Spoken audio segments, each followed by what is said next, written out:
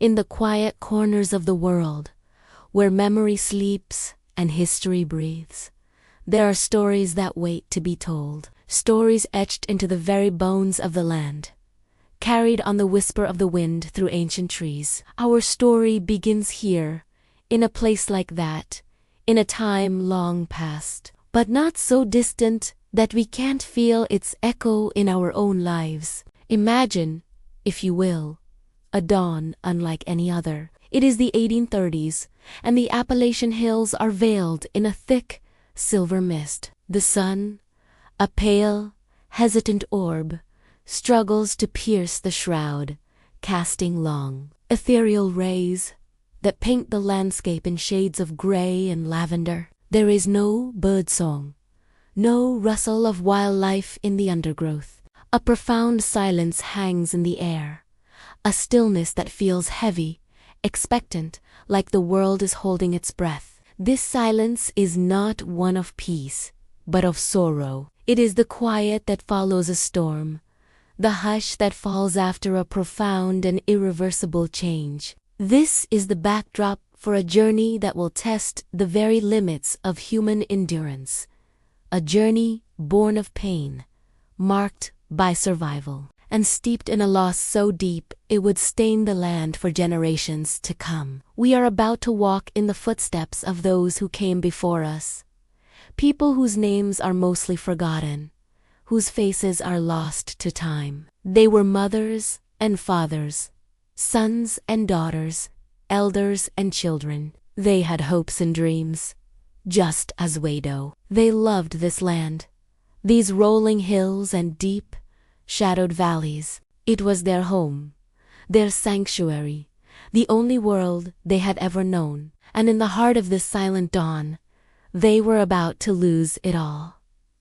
This is not just a tale from a history book. It is a human story, a testament to the resilience of the spirit in the face of unimaginable hardship. It's a story about what happens when a people are torn from their roots, forced to leave behind everything they hold dear. It is the story of a long walk, a trail of tears that began right here, in the hushed, somber light of a morning just like this one. As we journey back in time, we will try to understand not just the events that transpired, but the emotions that fueled them. We will listen for the voices that have been silenced, feel the heartache that still lingers in these misty hollows, and witness the incredible strength it took to simply keep moving forward, one step at a time. It's a story of profound injustice, yes, but it is also a story of unwavering courage, of a culture that refused to be extinguished,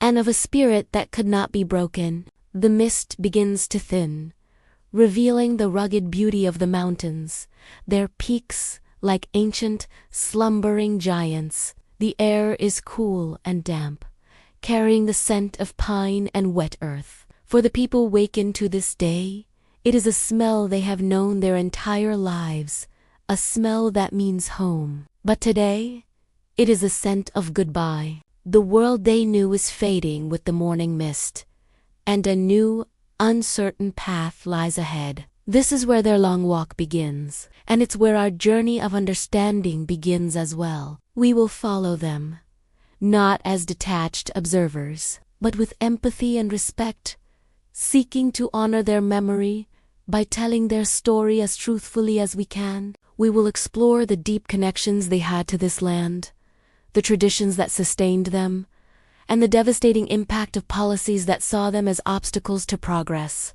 Through personal accounts, historical records, and the enduring oral traditions passed down through generations, we will piece together a narrative that is both epic and deeply personal. We will learn about the leaders who fought desperately for their people's rights, the families who clung to one another for strength, and the individuals whose small acts of kindness and defiance shone like beacons in the darkness. This story is a vital part of our shared history, a chapter that is often overlooked or misunderstood. It challenges us to confront uncomfortable truths about our past, to acknowledge the pain that was inflicted, and to recognize the lasting legacy of these events. But it also offers us a powerful lesson in survival, in the importance of community, and in the enduring power of the human heart to hope, even in the most desolate of times. So, take a deep breath of this mountain air. Let the silence settle around you. The sun is a little higher now, the light a little stronger. The day is beginning, a day that will change everything. Let us be still and listen, for the story is about to unfold. It is a story of a people, a land, and a journey that must never be forgotten. Thank you for joining me on this important journey. If you find this story meaningful, please consider subscribing to the channel and turning on notifications so you don't miss the next chapter. Your support helps us to continue telling these vital stories. Hello, and welcome back to our series. Today, we journey back in time to a world that existed long before the Trail of Tears became a dark chapter in history. We're exploring the southeastern United States as it once was not an untamed wilderness, but a vibrant, well-ordered land, home to 5 great indigenous nations: the Cherokee, Creek, Choctaw, Chickasaw. Let's erase the black and white, stoic images you might have seen in old photographs. Instead, imagine a landscape painted in the richest colors of life. Picture sprawling towns nestled in fertile river valleys, where generations of families lived and worked. This was their ancestral homeland, a place they knew not just as a resource, but as a living, breathing relative. Every mountain had a name, every river held a story, and the seasons dictated a rhythm of life that was deeply spiritual and intensely practical. Take the Cherokee. For example, in the early 1800s, they weren't nomadic hunters. They were master farmers. Their lands across Georgia, Alabama, Tennessee, and North Carolina were dotted with well-tended farms. They cultivated vast fields of corn, beans, and squash the Three Sisters, a sophisticated agricultural system that sustained their people for centuries. They also grew cotton, tobacco, and orchards of peaches and apples. Their log cabins were often surrounded by split rail fences, enclosing gardens and livestock like cattle, pigs, and chickens, which they had adopted into their farming practices. It was a scene of prosperity, a testament to their deep understanding of the land. But their advancements weren't just agricultural. The Cherokee Nation was a republic with its own written constitution, modeled after the United States itself. They established a bicameral legislature, a court system, and a principal chief. This wasn't a primitive society. It was a sophisticated political entity, striving to coexist and even integrate with the burgeoning American nation on their own terms. One of the most remarkable achievements of this era was the creation of the Cherokee syllabary by a man named Sequoyah. He was a silversmith who, despite being illiterate in any other language, developed a system of 86 characters to represent the syllables of the Cherokee language. It was so logical and easy to learn that within a few years, the Cherokee Nation achieved a literacy rate that rivaled, and in some areas surpassed, that of their white neighbors. In 1828, they launched the Cherokee Phoenix, a bilingual newspaper, printed in both English and Cherokee. Imagine the power of that a nation able to communicate news, laws, and stories in its own language, fostering a shared identity and political consciousness across its territory. The Choctaw Nation, primarily in what is now Mississippi, was another powerhouse of organization and culture. They were known for their democratic traditions and their prowess as diplomats and traders. Their society was matrilineal, meaning lineage and property were passed down through the mother's side. Women held significant power and were the heart of the community, managing the farms and households. The Choctaw, lived in towns, some with hundreds of homes, centered around a ceremonial plaza. They had a complex social structure and a legal system that dealt with everything from property disputes to criminal justice, all without the need for prisons. Their guiding principle was balance with nature, with each other, and with the spiritual world. Further south, in Alabama and Georgia, the Creek Confederacy, also known as the Muskogee, was a powerful alliance of many towns and clans. They were renowned for their elaborate annual green corn ceremony, a festival of renewal, forgiveness, and thanksgiving that marked their new year. It was a time to clean their homes, forgive old grudges, and celebrate the harvest. Their towns were masterpieces of planning, with a central square for ceremonies and a circular, partly subterranean council house for political meetings. Like the Choctaw, they were skilled farmers and deerskin traders, engaging in a vast network that stretched from the Gulf Coast to the Great Lakes. The Chickasaw, whose homeland was in present-day Mississippi, Tennessee, and Alabama, were known as fierce and strategic warriors, but they were also incredibly successful commercial farmers and ranchers. They developed a unique and hardy breed of horse, known as the Chickasaw horse, which was highly prized across the frontier. Their villages were strategically located on high ridges for defense, but their surrounding lands were rich with cornfields and grazing pastures. They were a proud, independent people who valued their sovereignty above all else, engaging in skilled diplomacy to protect their lands and their way of life. And then there were the Seminole in Florida, a unique composite of various Creek groups, local indigenous peoples, and, significantly, freedom seekers Africans who had escaped enslavement. They formed a new, resilient culture in the swamps and hammocks of Florida. They lived in open-sided homes called Cherokees, perfectly adapted to the hot, humid climate. Their society was a multicultural alliance, built on mutual respect and a shared desire for freedom. They practiced a mix of agriculture and foraging, moving with the seasons and living in deep harmony with Florida's unique ecosystem. This fusion of cultures made them a formidable force, one that would later resist removal with incredible tenacity. Across all 5 nations, education was also becoming a priority. Missionaries had established schools, but the nations themselves were also building their own educational systems. They understood that to protect their sovereignty, their children needed to be able to navigate the white man's world, to read, write, and speak English, and to understand American laws and politics while still retaining their own cultural identity. These schools taught everything from mathematics and literature to traditional skills and values. So, the image we must hold in our minds is not one of a desolate, unclaimed wilderness waiting to be civilized. It is one of a land that was already home to complex, thriving civilizations. These were nations with their own governments, laws, languages, economies, and deeply held spiritual beliefs.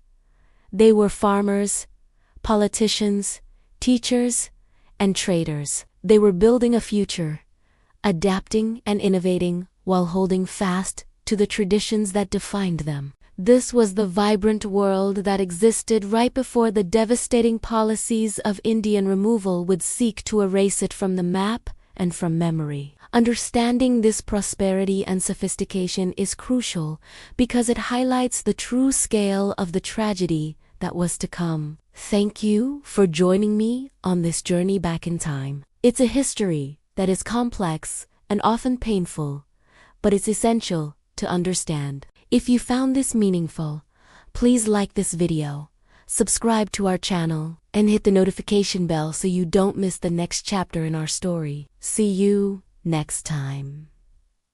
Hey everyone, welcome back to our deep dive into American history. Today, in Chapter 3, we're exploring a pivotal and deeply complex period: the growing pressure of expansion. If you've been following along, you know the story of America is one of constant movement, of a nation pushing its boundaries. But this push west wasn't into empty land. It was a collision course, and the pressure was building to a breaking point. Imagine the United States in the early 1800s. It's a young, ambitious nation fueled by a belief in its manifest destiny. The idea that it was destined, even divinely ordained, to expand across the continent. This wasn't just a political idea, it was a powerful social force. Land meant opportunity. It meant freedom from the crowded cities of the East, a chance to build a farm, a family, a future. For millions of Americans and newly arrived immigrants, the West was a beacon of hope.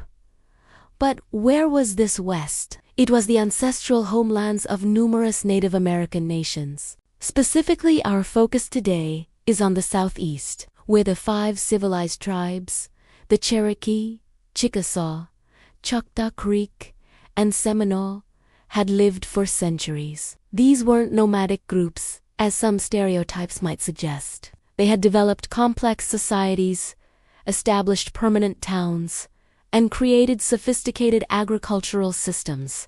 The lands they inhabited in Georgia, Alabama, and Mississippi were incredibly fertile, with rich soil and abundant rivers, perfect for farming. And that's where the pressure begins to mount. White settlers, land speculators, and cotton planters looked at these lands with intense desire. The invention of the cotton gin by Eli Whitney in 1793 had transformed the Southern economy. Cotton became king, and the demand for land to grow it on was insatiable. The more cotton that was planted, the more land was needed, and the more valuable the lands of the 5 civilized tribes became in the eyes of their neighbors. These settlers weren't just a few scattered frontiersmen. They were a flood. You had small farmers looking for a small plot to call their own. But you also had powerful, wealthy speculators who bought up huge tracts of land, often through questionable means, intending to sell them for a massive profit. They saw the Native American presence not as a sovereign right, but as an obstacle to progress and profit. This created an atmosphere of constant tension and conflict along the frontier. The states themselves were key players in this drama. States like Georgia were particularly aggressive. They passed laws that extended their jurisdiction over sovereign Cherokee lands, effectively trying to erase the Cherokee Nation's own government and legal system. They did this to make life so difficult for the Cherokee that they would have no choice but to leave. Think about that for a moment. A state government actively working to undermine and dismantle a neighboring, self-governing nation within its claimed borders. This state-level pressure was backed by a growing chorus of voices in the federal government. Politicians from the South and West argued that the federal government had a duty to its white citizens to acquire these native lands. They framed the issue in terms of national security, economic progress, and even, perversely, for the good of the Native Americans themselves, arguing they needed to be moved for their own protection. The Cherokee Nation, in particular, tried to fight this pressure through assimilation and legal means. They adopted a written constitution modeled on the U.S. Constitution. They developed a written language, thanks to Sequoia. They owned farms, built schools, and many even converted to Christianity. They did everything they could to prove they could coexist, to show they were a civilized nation that deserved to keep its land. They took their case all the way to the Supreme Court, and in Worcester v. Georgia in 1832, they actually won. Chief Justice John Marshall affirmed the sovereignty of the Cherokee Nation. But this legal victory was tragically hollow. The growing pressure from settlers and states was relentless, and a new, formidable figure had just entered the White House: Andrew Jackson. Jackson was a frontiersman, an Indian fighter, and a staunch advocate for what would come to be known as Indian removal. He famously defied the Supreme Court's ruling, allegedly saying, "John Marshall has made his decision, now let him enforce it." With a sympathetic president in power, the states of Georgia, Alabama, and Mississippi felt emboldened. The pressure on the native lands became an overwhelming force. Land lotteries were held in Georgia to give away Cherokee land to white settlers, even while the Cherokee still lived there. Settlers encroached on their farms, stole their livestock, and harassed their families, often with the full protection of state law. The rule of law had broken down, replaced by the rule of greed and power. This period wasn't just a simple story of settlers moving west. It was a concerted, multi-pronged effort involving individuals, state governments, and federal policy, all driven by the insatiable demand for land. The fertile soil of the Southeast became the epicenter of a national crisis. The desire for cotton, the dream of a yeoman farm, and the raw ambition of a young nation all converged, creating an immense, crushing pressure on the people who had called that land home for generations. This is the crucial context we need to understand what comes next. The pressure had reached its peak. The question was no longer if something would give, but when, and how, The stage was set for one of the most tragic and controversial policies in American history, the Indian Removal Act and the subsequent Trail of Tears. We'll be diving into that in our next chapter. It's a heavy topic, but it's essential for understanding the complexities and contradictions at the heart of the American story. Thanks so much for watching and for taking the time to learn with us. If you found this video insightful, please give it a like and consider subscribing to the channel so you don't miss what's coming next. We'll see you in the next one. Welcome back to our series, where we're peeling back the layers of history to understand the forces that shaped America. Today, we step into a tumultuous and transformative era, dominated by one of the most controversial figures in American history, Andrew Jackson. This is Chapter 4, Andrew Jackson's Vision. To truly grasp the 1830s, you have to understand the man at its center. Andrew Jackson wasn't like the presidents who came before him. He wasn't a Virginia planter or a New England intellectual. He was a product of the frontier, a man whose life was forged in conflict and hardship. Born in the rugged Waxhaws region, on the border of North and South Carolina, Jackson was orphaned at a young age during the Revolutionary War, a conflict that instilled in him a deep-seated distrust of the British and a fierce, unyielding patriotism. He was a man of action, not of letters. His path to prominence wasn't through political theory, but through the battlefield. He earned the moniker Old Hickory during the War of 1812, a testament to his toughness and resolve, as unbending as the hardest wood. His legendary victory at the Battle of New Orleans in 1815 catapulted him to national hero status. It was a stunning triumph against a superior British force, and it didn't just end the war on a high note. It cemented Jackson's image as the ultimate American champion, a military genius who could defend the nation's honor.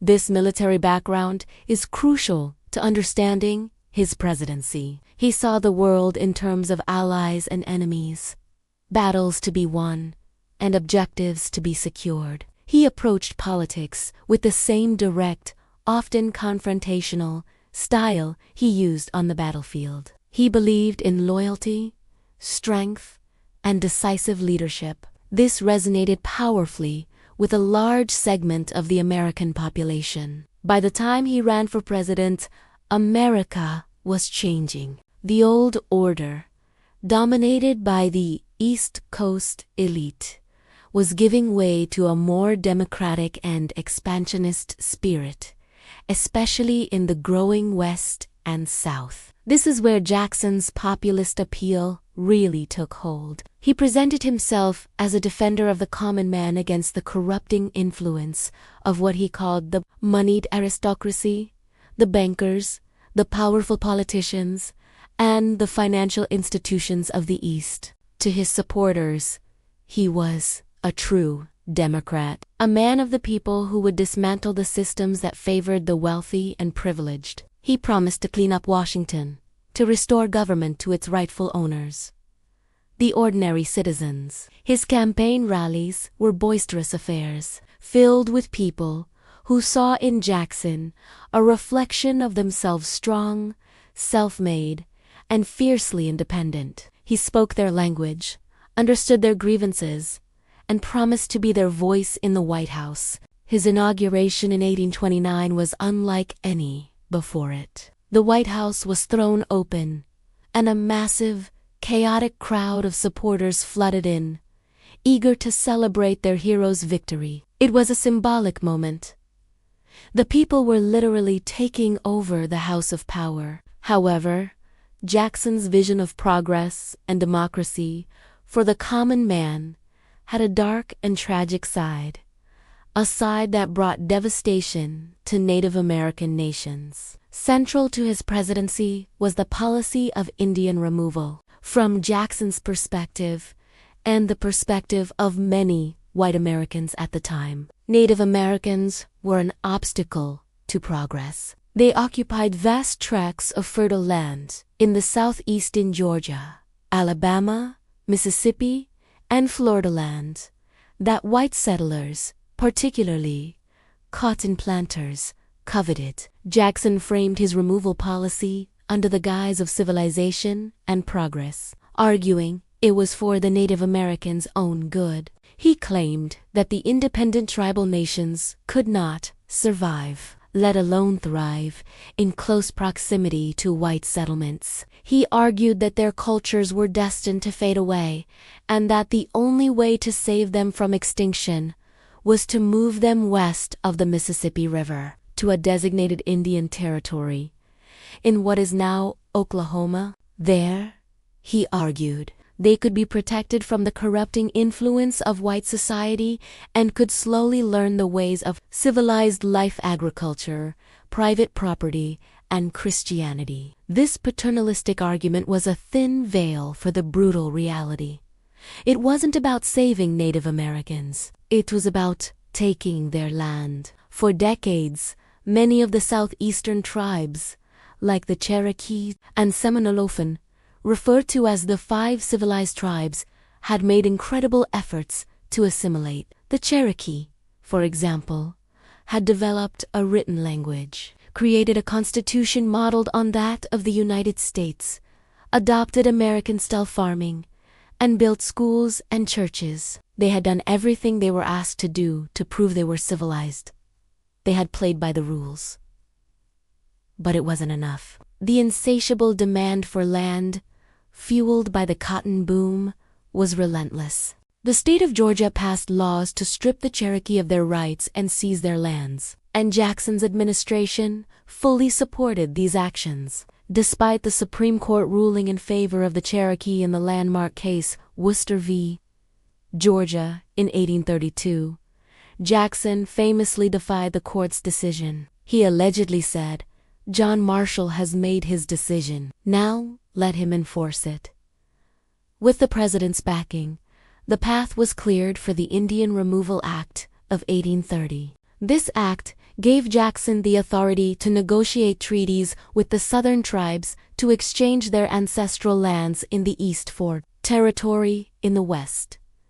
These negotiations were often conducted under extreme duress, with tribes pressured, bribed, and threatened into signing away their homes. Those who resisted were met with military force. The implementation of this policy was a humanitarian catastrophe. The forced marches of tens of thousands of Native Americans westward became known as the Trail of Tears. Men, women, and children were driven from their homes at gunpoint, with little food or protection from the elements. They suffered from disease, starvation, and exhaustion. It is estimated that thousands, perhaps over a quarter of the Cherokee population, perished during the brutal journey. This is the central paradox of Andrew Jackson's vision. He was a champion of democracy for white men, expanding suffrage and fighting against economic elites. He truly believed he was building a more perfect union, a nation dedicated to liberty and progress. Yet, this vision was fundamentally exclusive. It was a vision of progress built on a foundation of racial hierarchy and brutal expansion. The common man he championed was unequivocally a white man. The prosperity he sought for the nation was paid for with the land and lives of native peoples. So, as we move forward, we must hold these two conflicting truths in our minds. Andrew Jackson, the popular hero, the man of the people, the symbol of a new, more democratic America, and Andrew Jackson, the architect of a policy of ethnic cleansing, whose vision of progress meant the dispossession and devastation of entire nations. Understanding his presidency means confronting this difficult and painful legacy, a legacy that continues to shape discussions about justice, race, and the true meaning of American democracy to this day. Thank you for joining us on this deep dive into a crucial chapter of American history. If you found this video insightful, please give it a thumbs up, and do not forget to subscribe and hit that notification bell so you won't miss our next episode. We love hearing from you, so please share your thoughts and questions in the comments below. Until next time, stay curious. Hey everyone, and welcome back to our deep dive into American history. Today, we re-tackling a pivotal and deeply controversial moment, the Indian Removal Act of 1830. This single piece of legislation would forever alter the map of the United States and change the destinies of tens of thousands of people. So, let's get into it. To really understand why this act came to be, we need to rewind a bit. By the late 1820s, the young United States was bursting at the seams. The population was exploding, and there was an insatiable hunger for land, especially in the South. Why? Well, one word: cotton. The invention of the cotton gin had turned cotton into a massively profitable cash crop, and planters were desperate for more land to cultivate it. The problem was, this land wasn't empty. It was the ancestral homeland of several major Native American nations: the Cherokee, Creek, Choctaw, Chickasaw, and Seminole. These nations, often called the Five Civilized Tribes, had, for decades, made incredible efforts to coexist with their new American neighbors. They had adopted many aspects of American culture. The Cherokee, for example, developed their own written language thanks to a brilliant scholar named Sequoyah. They created a formal constitution modeled after the U.S. Constitution, established a bicameral legislature, and built a capital city at New Echota, Georgia. They had farms, owned property, ran businesses, and many even adopted Christianity. They had done everything asked of them to assimilate and live peacefully. They weren't nomadic hunters. They were settled agricultural societies with sophisticated political systems. They were, by all accounts, civilized according to the standards of the day. But this success, ironically, became a threat. Their well-established farms and organized governments stood directly in the way of westward expansion and the booming cotton industry. The state of Georgia, in particular, was aggressive. It passed laws that extended its state jurisdiction over Cherokee territory, effectively nullifying Cherokee laws and sovereignty. Despite federal treaties that had recognized them as distinct political entities, the situation was a pressure cooker, and it was about to explode. Enter President Andrew Jackson. Elected in 1828, Jackson was a frontiersman from Tennessee, a military hero famous for his victory at the Battle of New Orleans, and a man who had built his career on his reputation as a tough, decisive Indian fighter. He had a long and complicated history with Native American tribes, sometimes acting as a treaty commissioner, other times leading military campaigns against them. Jackson's supporters saw him as a champion of the common white man, someone who would open up the frontier for settlement and opportunity. To him and his followers, the presence of sovereign Native nations within the borders of existing states was an unacceptable anomaly, a roadblock to progress and national security. He didn't see them as sovereign nations to be negotiated with, but as subjects to be managed. In his very first message to Congress in 1829, Jackson laid out his vision. He proposed setting aside a large territory west of the Mississippi River in what is now Oklahoma for the tribes to move to. He framed it as a benevolent act, a way to protect Native Americans from the corrupting influence of white society and the oppressive laws of the states. By moving them west, he argued, they could live under their own governments, preserve their cultures, and slowly advance at their own pace, away from the friction and conflict. He painted a picture of a permanent Indian frontier, a safe haven where they would be left alone forever. This proposal became the basis for the Indian Removal Act. The bill was formally introduced in Congress in early 1830, and it immediately ignited one of the fiercest and most passionate debates the nation had ever seen. The central provision of the act was unto force the tribes to move, at least, not on paper. It gave the president the authority to negotiate treaties with the tribes living east of the Mississippi. In these treaties, the tribes would voluntarily exchange their ancestral lands for new lands in the West. The government would provide financial assistance for the move, compensation for the lands they left behind, and support for their first year of settlement. It all sounded reasonable, voluntary, and even generous. But the reality was far more coercive. The opponents of the bill saw right through the language. They knew that with the states like Georgia already encroaching on tribal lands and Jackson making it clear he would unuse federal power to protect the tribes, the word voluntary was meaningless. The tribes were being given a choice, but it was a choice between moving or being systematically crushed by state laws and land-hungry settlers. The opposition was vocal and came from some surprising corners. Many religious groups, especially missionaries who had lived and worked among the tribes for years, were horrified. They flooded Congress with petitions arguing that the act was immoral, unjust, and a betrayal of national honor. They testified to the progress the tribes had made and pleaded with lawmakers to uphold the treaties the U.S. had signed. One of the leading voices against the bill was Senator Theodore Frelinghuysen of New Jersey. He delivered a powerful 6-hour speech on the Senate floor, appealing to Christian morality and justice. He asked his colleagues, "Do the obligations of justice change with the color of the skin? Is it one of the prerogatives of the white man that he may disregard the dictates of moral principles when an Indian is a subject of injury?" And it wasn't just Northern humanitarians. One of the most famous opponents was a man you might not expect.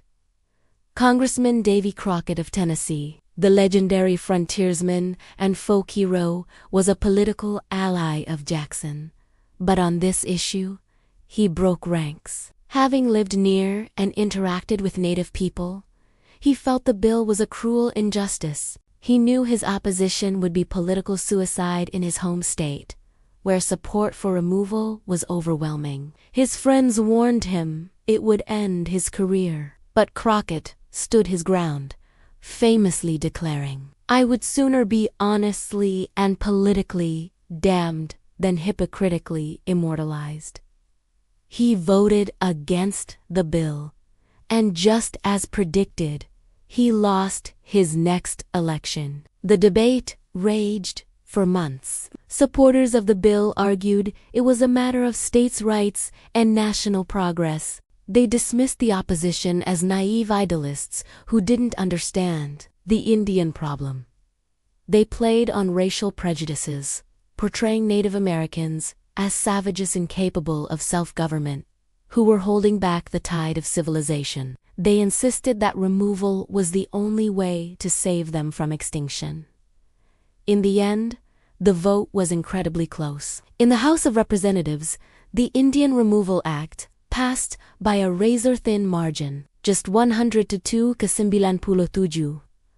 A handful of votes swinging the other way could have changed everything. But it passed. On May 28, 1830, President Andrew Jackson signed the bill into law. The passage of the Indian Removal Act didn't immediately move anyone. It simply gave the president the legal authority he wanted. What followed was a decade of pressure, intimidation, and the signing of treaties that were often fraudulent and negotiated with minority factions who did unrepresent the will of their people. The Choctaw were the first to sign a removal treaty in late 1830, and their subsequent journey west was so brutal and mismanaged that it became a preview of the horrors to come. For other tribes, like the Cherokee, the fight was far from over. They would take their battle to the Supreme Court, leading to another dramatic chapter in this story.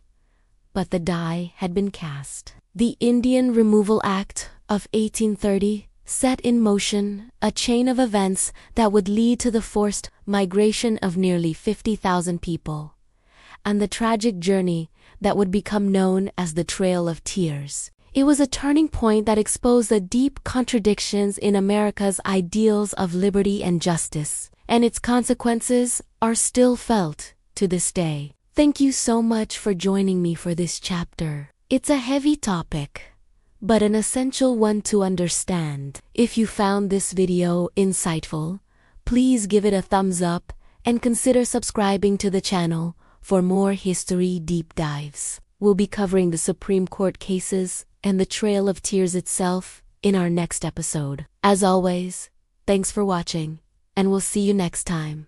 Imagine being told you have to leave your home, not just your house, but the land your ancestors have lived on for generations, the rivers you've fished in, the forests you've hunted. You're promised a new home, a better one, far to the west. But as you start that journey, you quickly realize the promises were empty, and the path ahead is filled with unimaginable hardship. This isn't a hypothetical story. It was the brutal reality for thousands of Native Americans in the 1830s. Today, we're going to pull back the curtain on the first chapter of one of America's darkest episodes, the beginning of the Trail of Tears, starting with the forced removal of the Choctaw and Creek nations. The year is 1830.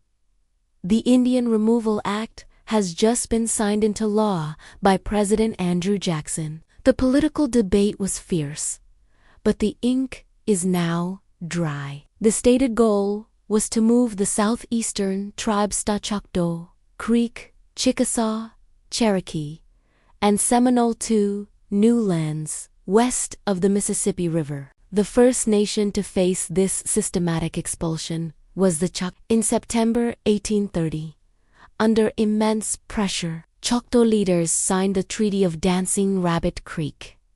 It was a deal made with a gun to their heads. They ceded over 11 million acres of their ancestral land in Mississippi in exchange for territory in what is now Oklahoma. The treaty offered a choice: move west or stay and become U.S. citizens, subject to state law, with a small parcel of land. But this choice was an illusion. Those who tried to stay found themselves cheated out of their land, and harassed until leaving was their only option. The removal was planned to happen in 3 waves, starting in the fall of 1831. The U.S. government was supposed to manage the entire process, providing transportation, food, and supplies. The key word here is supposed to.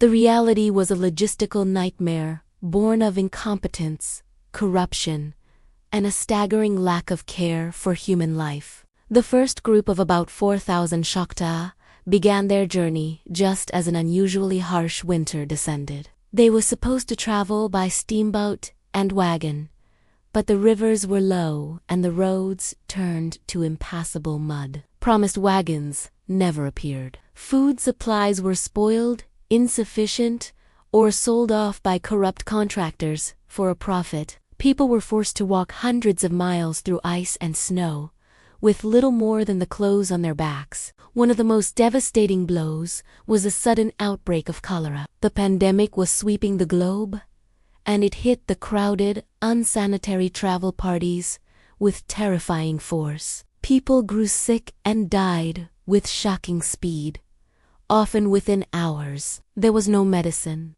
no doctors, just fear and grief. Families were torn apart, burying their loved ones in unmarked graves along the trail. An observer, a French historian named Alexis de Tocqueville, witnessed a group of Choctaw crossing the frozen Mississippi River. He described the scene as a spectacle of misery.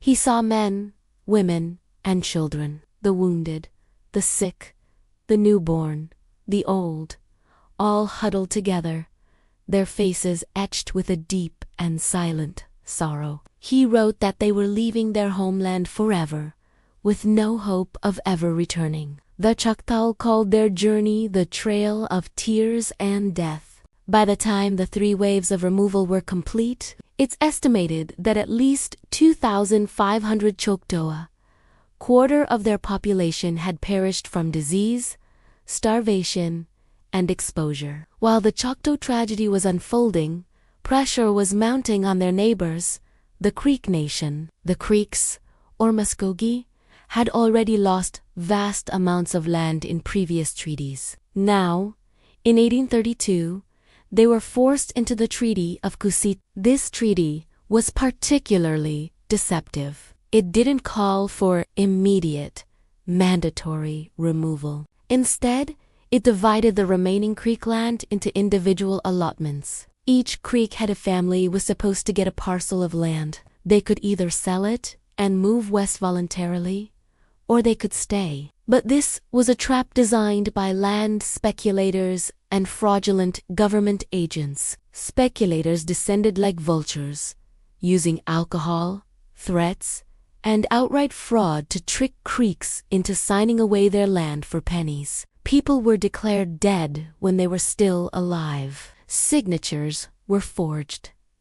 In a matter of a few years, the entire Creek Nation was rendered landless and destitute within their own homeland. With their land gone and their people starving, tensions reached a boiling point. Some desperate Creek warriors resisted, leading to what became known as the Second Creek War of 1836. It was less of a war and more of a series of desperate skirmishes, but it gave the U.S. government the excuse it needed. Citing the uprising as a justification, the army was sent in not to protect the Creeks from fraud, but to round them up for forced removal. This time, there was no pretense of a voluntary journey. Around 15,000 Creeks were captured and held in concentration camps, waiting for transport. The conditions in these camps were horrific, with rampant disease and hunger. The journey west, for the Creek people, was a vision of hell. Men were marched overland in chains, treated not as citizens of a sovereign nation, but as prisoners of war. Women, children, and the elderly were crammed onto dilapidated and dangerously overcrowded steamboats. On one of these boats, the Monmouth, the vessel was so overloaded it capsized in the Mississippi River. Over 300 of the 600 Creeks on board drowned in the dark, cold water. It was one of the deadliest maritime disasters in U.S. history, yet it's a footnote rarely mentioned in our textbooks. Those who traveled by land fared no better. They faced the same gauntlet of disease, starvation, and exhaustion that the Choctaw had endured. By the end of their forced migration, an estimated 3,500 Creek men, women, and children had died. They arrived in their new homeland broken, grieving, and with nothing but the trauma of their journey. The stories of the Choctaw and Creek removals are a harrowing indictment of the policy's execution. The government had promised a humane and orderly process. What it delivered was chaos and death. The failures weren't accidental, they were systemic. The entire operation was run on the cheap, with contracts awarded to the lowest bidders who had every incentive to cut corners. Food was rotten, blankets were thin, and shelter was non-existent. The military officers and government agents in charge were a mix of indifferent bureaucrats and openly hostile individuals who viewed the Native Americans as obstacles to be cleared. There was a profound and racist disregard for their lives. The thousands who died along the way were not just unfortunate casualties. They were victims of a state-sanctioned ethnic cleansing driven by greed for land and cotton. These first removals set a horrifying precedent. The government learned nothing from the disasters of the Choctaw and Creek journeys, or perhaps more accurately, they didn't care to learn. The suffering was seen as an acceptable, even necessary, cost of progress. As we will see in our next chapter, this same pattern of broken promises, brutal force, and tragic loss would be repeated with the Chickasaw, and most famously the Cherokee, solidifying the Trail of Tears as a symbol of profound injustice at the heart of American history. The stories of these early removals are difficult to hear, but they must be told. They remind us that history is made up of real people, real families who suffered unimaginable loss. Thank you for joining me to bear witness to this important and somber part of our shared past. If you found this video meaningful, please like, share, and subscribe to the channel for more deep dives into history. And don't forget to hit the notification bell so you won't miss the next chapter in our series. See you next time. Hello everyone, and welcome back to our series. Last time, we discussed the Indian Removal Act of 1830 and the immense pressure it placed on the Native American tribes of the Southeast. Today, we delve into a remarkable story of resistance. One fought not with arrows or rifles, but with words, laws, and an unyielding belief in justice. This is the story of the Cherokee Nation's fight to remain on their ancestral lands. Imagine this. For centuries, your people have lived in a land of rolling hills, clear rivers, and dense forests. Your culture, your spirituality, your entire identity is woven into the very soil beneath your feet. Now, a powerful government declares that you must leave it all behind. What would you do? The Cherokee people faced this exact crisis, but instead of surrendering to force, they chose a revolutionary path. They decided to beat the United States at its own game. Leading this incredible effort was a man of extraordinary vision and tenacity, Principal Chief John Ross. Born to a Cherokee mother and a Scottish father, Ross was a bridge between two worlds. He was educated in American schools, fluent in English, and deeply understood the U.S. legal and political systems. But his heart and loyalty were unquestionably with the Cherokee people. He saw that their best hope for survival was not to reject American society, but to master its tools and use them for their own defense. Under Ross's leadership, the Cherokee Nation had already made incredible strides. They had adopted a written constitution modeled after the U.S. Constitution, establishing a government with three branches: executive, legislative, and judicial. They had a written language created by the brilliant Sequoyah, which led to a flourishing of literacy. They published their own newspaper, the Cherokee Phoenix, in both English and Cherokee. They were farmers, blacksmiths, and merchants running successful plantations and businesses. By every measure of the so-called civilized standards of the day, the Cherokee had proven themselves to be a sophisticated and sovereign nation. They believed, perhaps naively, that by adopting these practices, the United States would honor its treaties and respect their rights. After all, dozens of treaties had been signed, each one recognizing the Cherokee as a distinct political entity with rights to their land. So when the state of Georgia began aggressively claiming Cherokee territory, passing laws that stripped Cherokees of their rights and auctioned off their lands, the nation didn't pick up arms. Instead, they hired a lawyer. Their legal team, led by former Attorney General William Wirt, took their case to the highest court in the land, the U.S. Supreme Court. Their first major case, Cherokee Nation v. Georgia in 1831, was a setback. Chief Justice John Marshall ruled that the court didn't have jurisdiction because the Cherokee Nation wasn't a foreign state, but rather a domestic dependent nation. It was a frustrating legal technicality, but it didn't stop them. Their moment of legal triumph came just 1 year later, in 1832, with the case Worcester v. Georgia. The case revolved around a group of American missionaries, including Samuel Worcester, who were living on Cherokee land with the permission of the nation, but without a license from the state of Georgia. Georgia arrested them and sentenced them to hard labor. Worcester appealed his conviction all the way to the Supreme Court.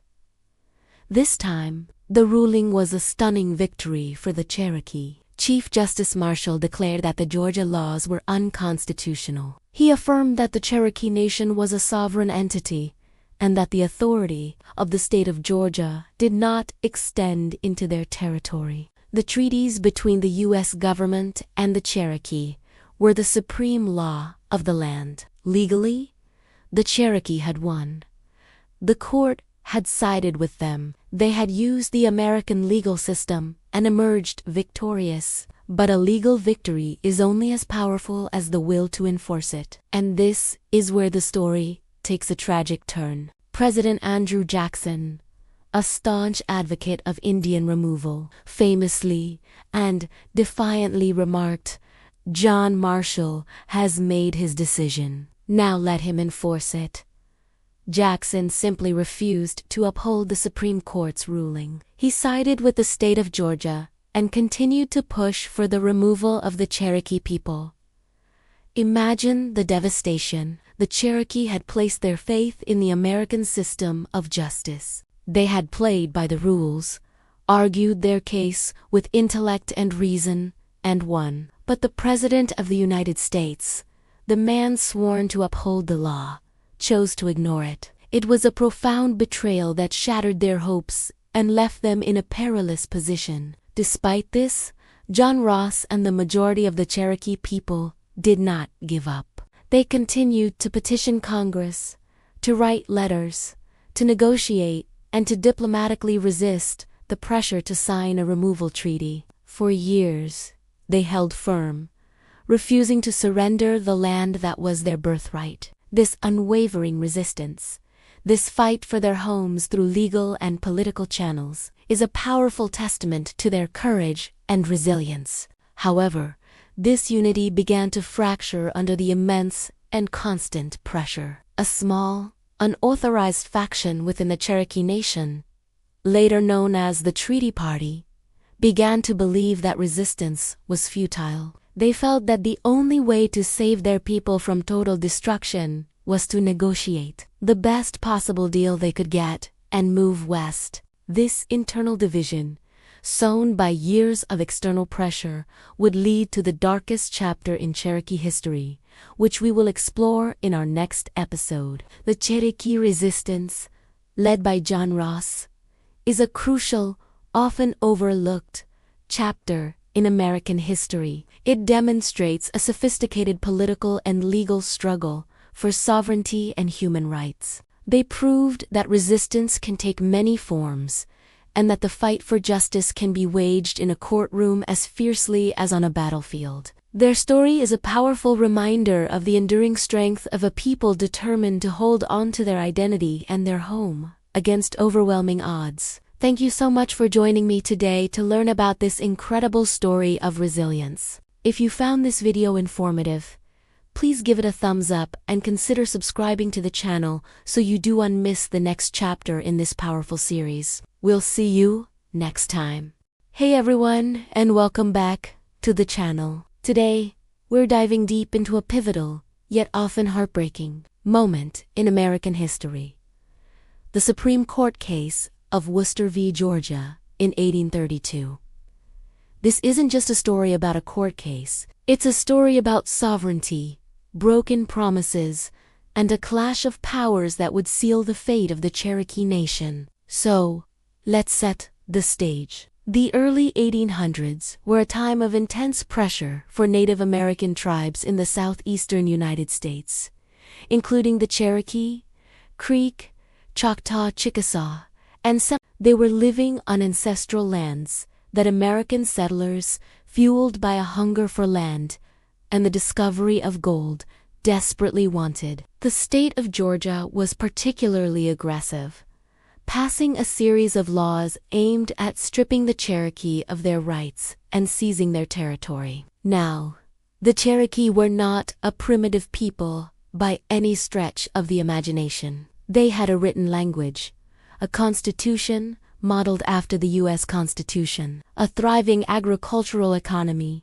and a sophisticated political system. They had adopted many aspects of American culture, hoping to coexist peacefully and prove they could be civilized neighbors. They saw themselves as a sovereign nation, a fact recognized in numerous treaties with the United States government. Georgia's laws, however, completely ignored these treaties. They essentially declared Cherokee law null and void, prohibited the Cherokee from testifying against white citizens in court, and began auctioning off Cherokee land to white settlers. It was a direct assault on their sovereignty and their very existence. Enter Samuel Worcester. Worcester was a missionary from Vermont who had lived and worked among the Cherokee for years. He, along with several other missionaries, was a vocal supporter of Cherokee rights. A new Georgia law required all white residents in Cherokee territory to obtain a state license and swear an oath of allegiance to Georgia.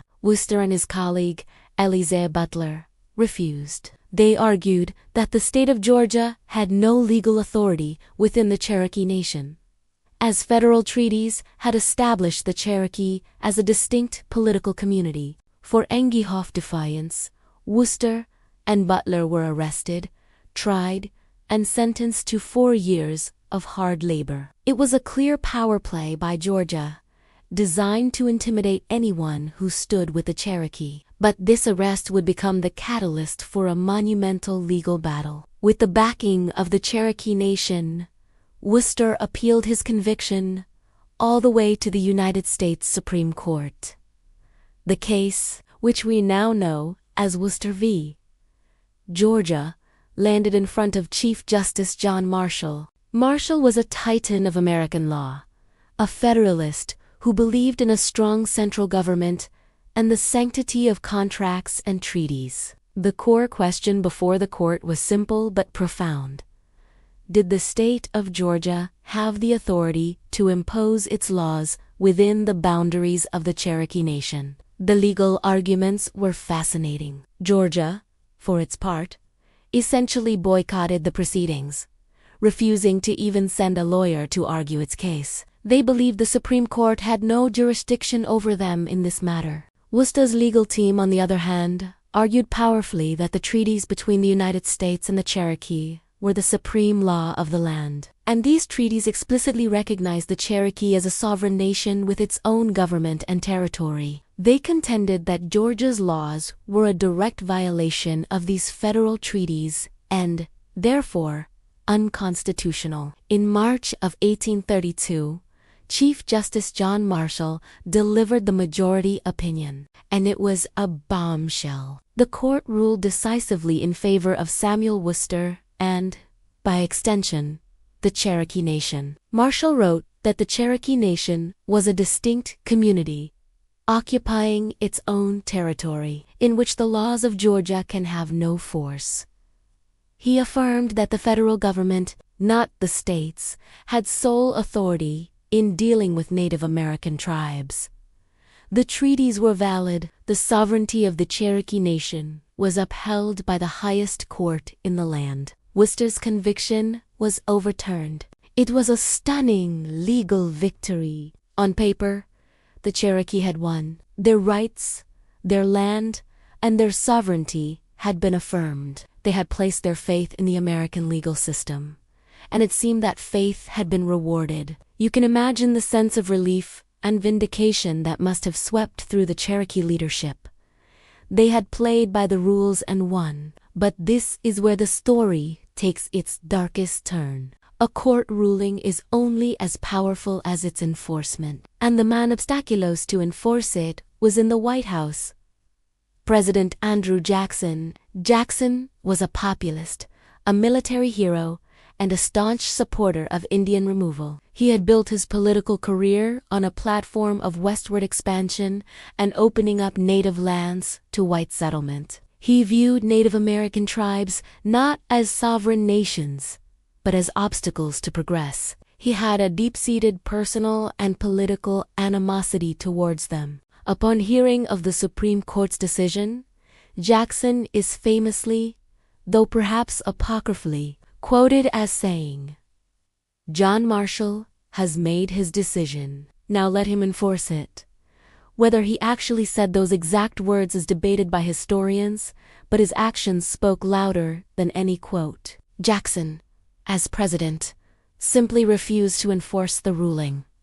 He did nothing. This was a constitutional crisis. The executive branch was openly defying the judicial branch. Jackson's inaction gave Georgia the green light to continue its campaign against the Cherokee. The state ignored the Supreme Court's decision, kept Worcester in prison for a time, and accelerated the process of seizing Cherokee land. The rule of law had been broken, not by the Cherokee, but by the President of the United States. For the Cherokee, the victory in the courtroom turned into a devastating defeat in reality. They had a legal right to their land, but they had no power to protect it against the combined will of a hostile state and an uncooperative federal government. The failure to enforce the Worcester v. Georgia decision paved the way for the tragic events that followed. A few years later, in 1835, a small, unauthorized faction of the Cherokee signed the Treaty of New York, ceding all Cherokee lands east of the Mississippi in exchange for land in the West.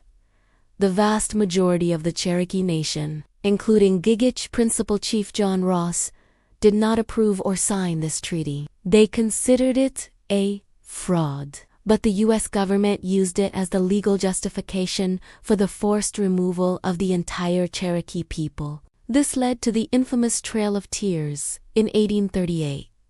U.S. soldiers rounded up 16,000 Cherokee men, women, and children, forcing them from their homes at Bayonet Point. They were marched over 1,000 miles to what is now Oklahoma. The conditions were horrific. Disease, starvation, and exposure were rampant. Over 4,000 Cherokee people, 1/4 of their population, perished on this forced march. So, what is the legacy of Worcester v. Georgia? It stands as a powerful symbol of both the promise and the failure of American justice. It's a landmark decision that, to this day, forms the basis of tribal sovereignty law in the United States. It affirms the principle that tribes are distinct governments with inherent rights. But it is also a tragic reminder that laws and court rulings are meaningless without the political will to uphold them. It shows how the checks and balances of a democracy can fail, and how vulnerable minority groups can be when faced with popular prejudice and political ambition. The Cherokee did everything right. They adopted a constitution. They educated their children. They took their case to the highest court, and they won. But in the end, it wasn't enough. The story of Worcester v. Georgia and the subsequent Trail of Tears is a crucial, painful chapter in Woman the history that we must never forget. It challenges us to think critically about the nature of justice, power, and national honor. Thank you so much for joining me for this deep dive. I know it's a heavy topic, but it's events that shaped our nation. If you found this video informative, please give it a thumbs up. And if you haven't already, consider subscribing to the channel for more explorations into history. Let me know your thoughts in the comments below. Until next time, take care.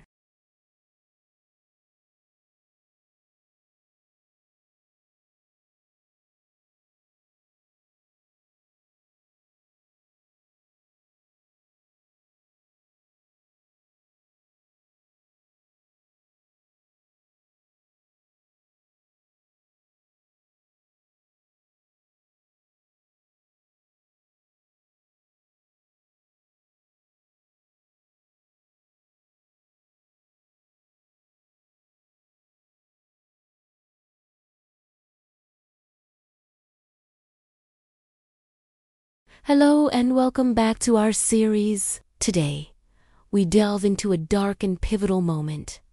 Chapter 10, The Deadline Arrives. The year is 1838.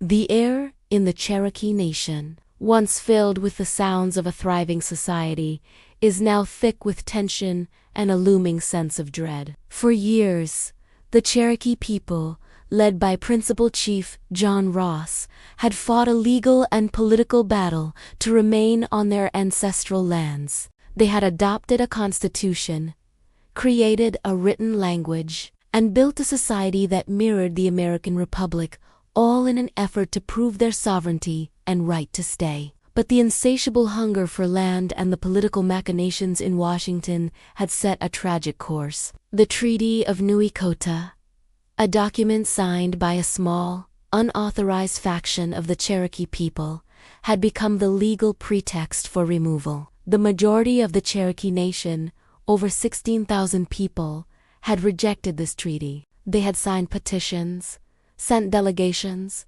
and pleaded their case, believing in the justice of the American system. They held on to hope that the deadline for their forced departure, May 23, 1838, would pass without incident. They continued to plant their spring crops, tend to their homes, and live their lives, clinging to the belief that reason would prevail. They couldn't imagine being forcibly torn from the land that had nurtured their ancestors for countless generations. The land was not just a resource. It was their history, their identity, and their sacred inheritance. But as the spring of 1838 bloomed, so too did the finality of their fate. The federal government, under President Martin Van Buren, was determined to see the removal through. The state of Georgia was clamoring for the land, and the political will to protect the Cherokee had evaporated. The deadline was not a suggestion, it was an ultimatum. And to enforce it, an army was gathering. General Winfield Scott, a veteran of the War of 1812, was dispatched with an order and 7,000 federal and state troops under his command. His instructions were clear: to remove every last Cherokee man, woman, and child from their homes, by force if necessary. The stage was set for a human catastrophe, a moment that would forever stain the pages of American history. The Cherokee people watched as soldiers began to arrive and construct forts and stockades throughout their nation. These weren't forts for protection, they were holding pens. The sense of foreboding turned into stark reality. General Scott issued a proclamation addressed to the Cherokee people remaining in their lands. It read,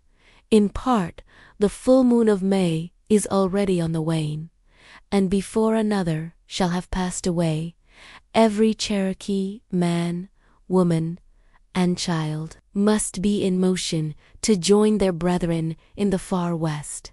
The words were cold, impersonal, and absolute. He warned them that his troops were positioned throughout their territory to render resistance and escape alike hopeless. He urged them to submit peacefully to avoid bloodshed, framing the forced removal as an act of mercy. But for the Cherokee, there was no mercy in being driven from their homes at bayonet point. Then, the roundup began. It started without a grand announcement, but rather as a creeping, terrifying wave that washed over the Cherokee Nation. Soldiers descended upon farms and villages, often at dawn or during meal times, giving families no time to prepare or gather their belongings. Imagine sitting down to dinner with your family, the familiar comfort of your home around you, only to have the door kicked in by armed soldiers. Imagine being told you have minutes to leave everything you have ever known. Accounts from that time are harrowing. Families were torn from their homes with only the clothes on their backs. Pots of food were left simmering over the fire. Fields were left half-plowed, and treasured possessions, heirlooms passed down through generations, were abandoned on the floor. The soldiers showed little regard for the people they were evicting. Homes were looted almost immediately, their contents seized by opportunistic settlers who followed in the army's wake. One missionary who witnessed the events described the scene. "The Cherokees are nearly all prisoners. They have been dragged from their houses, leaving their fields of corn, their cattle, houses, and most all of their property, to be taken by the whites." The roundup was swift and brutal. People were prodded with bayonets, forced to march, and herded like livestock. The elderly, the sick, and young children were shown no special consideration. The shock and terror of those moments are almost impossible for us to fully comprehend today. This wasn't a negotiation or a relocation. It was an invasion. As families were rounded up, they were forced on a grueling march to collection points. The newly constructed these were essentially concentration camps. Hastily built enclosures of sharpened logs, with no shelter from the elements and completely inadequate sanitation. Some of the main stockades were Fort Butler in North Carolina, Fort Cass in Tennessee, and Fort Hetzel near Cleveland, Tennessee. Thousands of Cherokee were crammed into these pens, where they would wait for weeks, sometimes months, in the sweltering heat of summer. The conditions were horrific. Food was scarce and often spoiled. Water sources quickly became contaminated. With so many people packed into a small space, disease spread like wildfire. Dysentery, measles, and whooping cough ravaged the camps, claiming the lives of hundreds, particularly the very young and the very old. An eyewitness, a private from Georgia named John G. Burnett, later wrote of his shame and horror at what he was forced to participate in. He described seeing his Cherokee friends being driven from their homes. He recounted watching as a father, mother, and their 3 small children were forced to march. When the mother, weakened and holding a sick baby, faltered, a soldier pricked her with his bayonet to hurry her along. Burnett called it the execution of the most brutal order in the history of American warfare. For the Cherokee, these stockades were places of despair. They had lost their homes, their property, and their freedom. Now, they were losing their loved ones to disease and exposure, all while surrounded by armed guards. The psychological toll was immense. This was the beginning of the Trail of Tears. But even before the long journey west began, the trail was already being watered with Cherokee tears and blood. The deadline of May 23rd had not just arrived. It had unleashed a storm of organized cruelty upon a peaceful people. The legal and moral arguments of Chief John Ross and the Cherokee Nation had been silenced by the tramp of soldiers' boots. The United States government, in its relentless pursuit of land and expansion, chose to forcibly dispossess an entire nation of people, treating them not as the sovereign equals they had claimed to be in treaties, but as obstacles to be removed. The roundup in the summer of 1838 was the first brutal step in this process. It was a systematic dismantling of a society, a culture, and a way of life. The homes fell silent, the fields grew wild, and the stockades filled with the sounds of coughing, weeping, and dying. This is the grim reality of what happened when the deadline arrived. The story doesn't end here. The journey to the West was yet to come, and it would bring even greater hardship.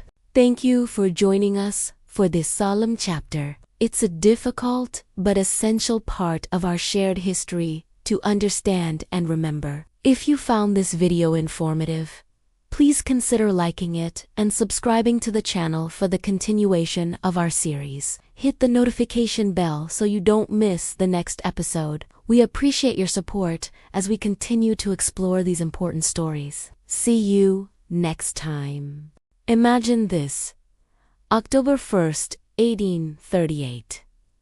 A chill is already in the air, not just from the coming winter, but from a profound, heart-wrenching sorrow. For the Cherokee people who remained in their ancestral lands, this day marks the beginning of the end of one chapter and the start of a grueling, tragic new one. This is the start of the Long March, what would later be known as the Trail of Tears. The federal government had forcibly removed thousands of Cherokee earlier in the year, but now, the remaining 13,000 people, men, women, children, and the elderly are being organized into 13 detachments. They are to be marched over 1,200 miles west, away from the mountains, rivers, and soil that had nurtured their culture for countless generations. Their destination, a place designated as Indian Territory, a land they had never seen, in what is now modern-day Oklahoma. The journey was supposed to be orderly, managed by the Cherokee leadership themselves in a desperate attempt to mitigate the suffering. But nothing could truly prepare them for the ordeal ahead. They gathered what few possessions they could carry in wagons, on horseback, or on their own backs. They left behind homes, farms, sacred sites, and the graves of their ancestors. Imagine the scene. A long, snaking line of people, their faces etched with a mixture of disbelief, fear, and a quiet, steely resolve. They are walking away from everything they have ever known. At first, the detachments moved slowly, averaging about 10 miles a day. The initial routes took them through Tennessee, heading toward Kentucky. The autumn weather was deceptively mild in the beginning, but it was a temporary mercy. As the days turned into weeks, the season began to turn. The crisp fall air sharpened into a biting wind, and the gentle rains became cold, relentless downpours that turned the roads into thick, impassable mud. Wagons bogged down, their wheels sinking deep into the mire, making progress agonizingly slow. The people, many of whom were already weakened by their time in the internment camps, were exposed to the elements day and night. They huddled together for warmth, but the damp cold seeped into their bones. Shelter was scarce and often inadequate. Tents offered little protection against the driving rain and wind. Sickness began to spread like wildfire. The first and most devastating plague was disease. Conditions were a perfect breeding ground for illness. Contaminated water and food, coupled with extreme stress and exhaustion, compromised immune systems. Outbreaks of whooping cough, measles, dysentery, and other respiratory infections swept through the detachments, hitting the most vulnerable, the children and the elderly, the hardest. Every stop along the trail became a potential gravesite. Parents were forced to bury their children in shallow, unmarked graves along the roadside, with barely a moment to grieve before being forced to move on. Elders who held the collective memory and wisdom of the nation succumbed to the harsh conditions, their stories and knowledge lost with them. The emotional toll was immeasurable. The grief was a constant, heavy companion on the march. Then came the hunger. The provisions supplied by the government were often spoiled, insufficient, or of such poor quality that they were barely edible. The soldiers and contractors in charge of logistics were often indifferent or corrupt, profiting from the misery of the people they were supposed to be supplying. As the march dragged on into late November and December, food became even more scarce. The Cherokee, who were expert farmers and hunters in their own lands, were now reduced to near starvation, dependent on a system designed for their removal, not their survival. By the time the detachments reached the Ohio and Mississippi rivers, winter had fully arrived. The temperatures plummeted, and the rivers, swollen with rain and partially frozen, became treacherous obstacles. Crossing the Mississippi River was a particularly horrific chapter in this journey. The Cherokee were forced to wait for days, sometimes weeks, on the eastern bank in freezing weather, waiting for the ice to either clear or become thick enough to cross. They were trapped with little food or shelter, as the brutal winter winds howled around them. Many more lives were lost during this agonizing wait. The survivors who finally made it across the river faced the frozen, unforgiving landscapes of Missouri and Arkansas. The bitter cold was a relentless enemy. Their clothes were tattered, their shoes worn through. Many were forced to walk barefoot on the frozen, jagged ground.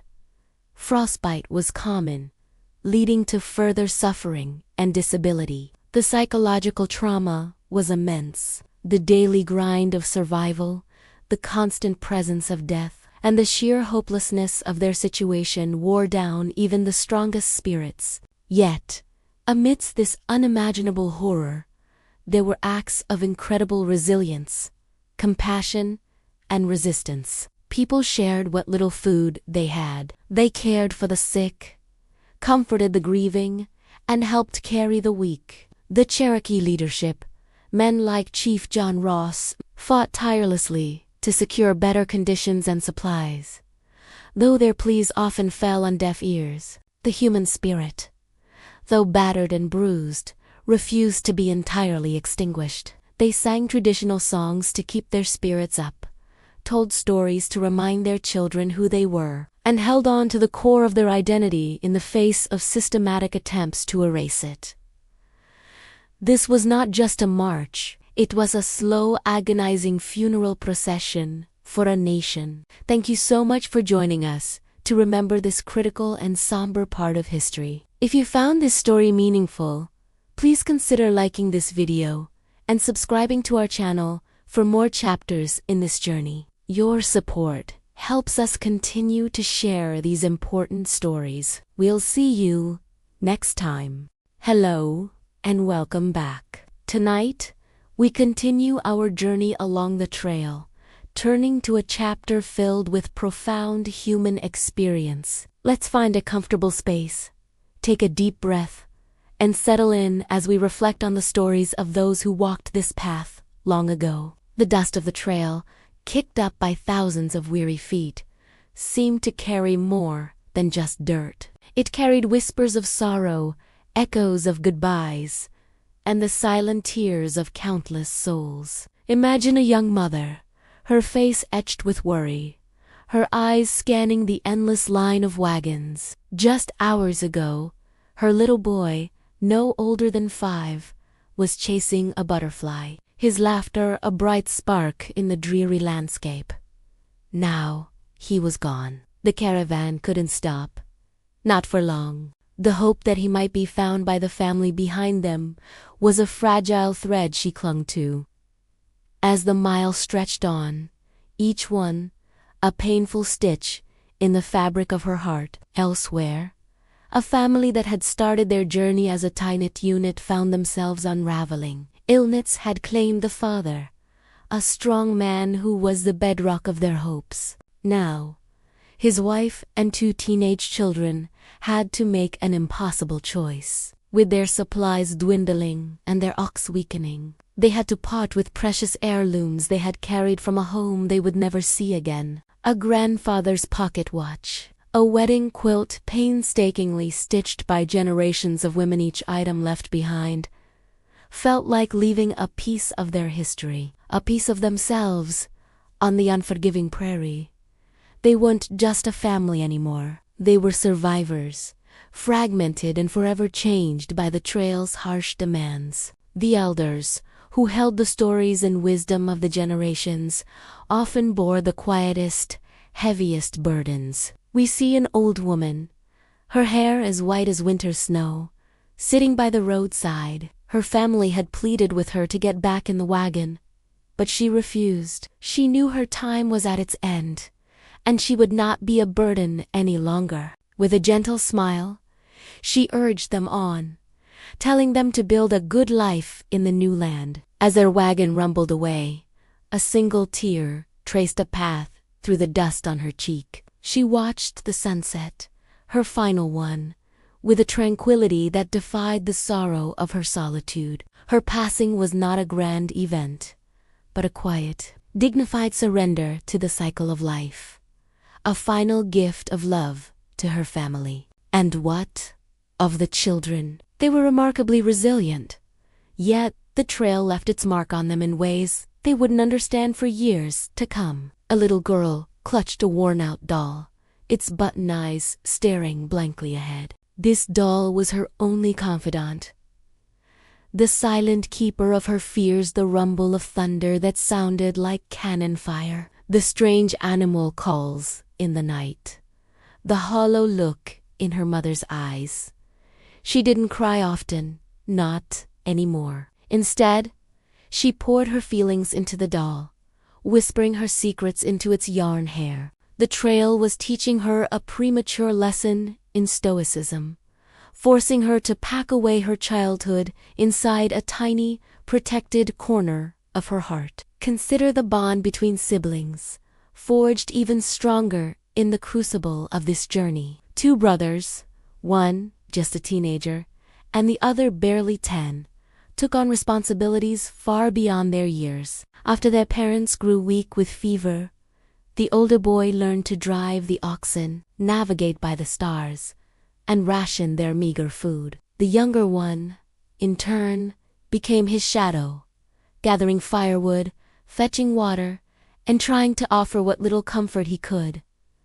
They rarely spoke of their fear. Instead, it was conveyed in a shared glance, a quick squeeze of the shoulder. They were each other's anchor in a world that had come completely adrift. Their childhood was sacrificed at the altar of survival, but in its place grew a bond of unwavering loyalty and love. Amidst the sorrow, there were flickers of profound compassion. When a family lost their last ox, their neighbors, who had little to spare themselves, shared the load. They redistributed the family's belongings among their own wagons and offered them a seat. A woman who had just lost her own baby would help care for another's, finding a small measure of solace in nurturing a new life. These acts of kindness were not grand gestures, but they were lifelines. They were quiet affirmations that even in the depths of suffering, humanity endured. The trail was a harsh teacher, but it also taught the invaluable lesson of interdependence, proving that the heaviest burdens are made lighter when shared. Let's picture a man, alone, carving a name into a simple wooden cross he's fashioned from a broken wagon board. It's for his wife. He works slowly, methodically, his knuckles white. He isn't weeping. The grief is too deep for tears. It's a hollow ache in his chest, a constant, silent companion. He remembers her laughter, the way she'd sing to their children, the strength in her hands as she kneaded dough for their daily bread.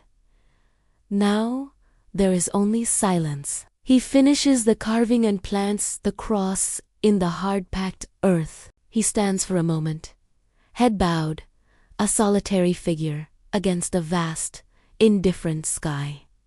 He has to keep moving for the children. but a part of him will forever remain here, at this small, unmarked grave along the trail. These stories, though born of immense suffering, are not just tales of loss. They are testaments to the incredible strength of the human spirit.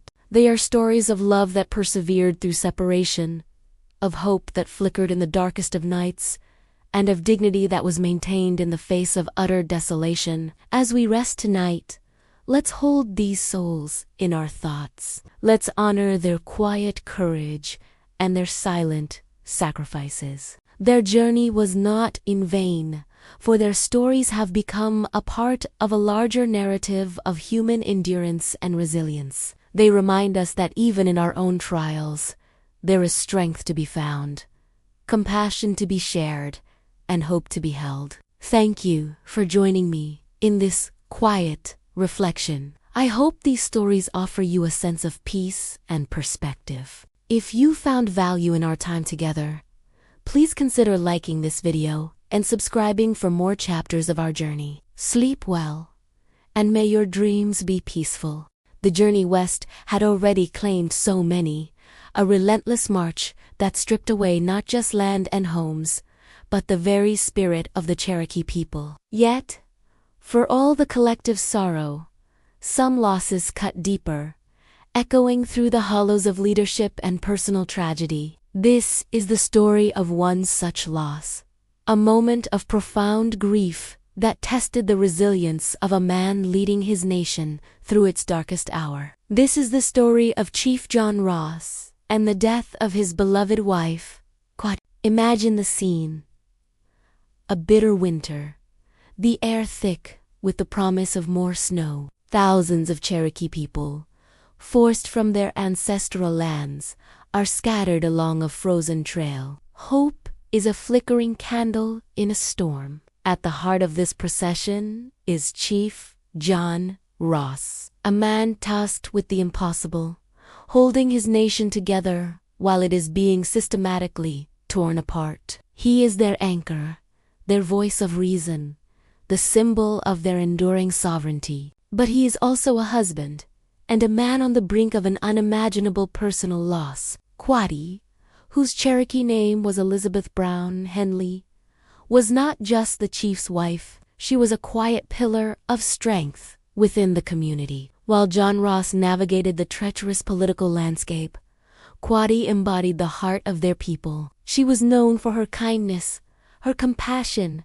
and her unwavering support for her husband and her nation. She had stood by him through treaties and betrayals, through hopeful negotiations and devastating setbacks. She was his confidant, his partner, the calm in the center of his political storm. As the removal began, Quate, like so many others, faced the grueling conditions of the trail. The journey was a litany of hardships: inadequate food, rampant disease, and exposure to the brutal elements. The steamboats and flatboats that carried some of the detachments were little more than floating prisons, breeding grounds for sickness. It was on one of these vessels, near Little Rock, Arkansas, that Quatee's health began to fail. She had contracted a severe cold, which quickly developed into pneumonia. In the crowded, unsanitary conditions, there was little that could be done. The story passed down through generations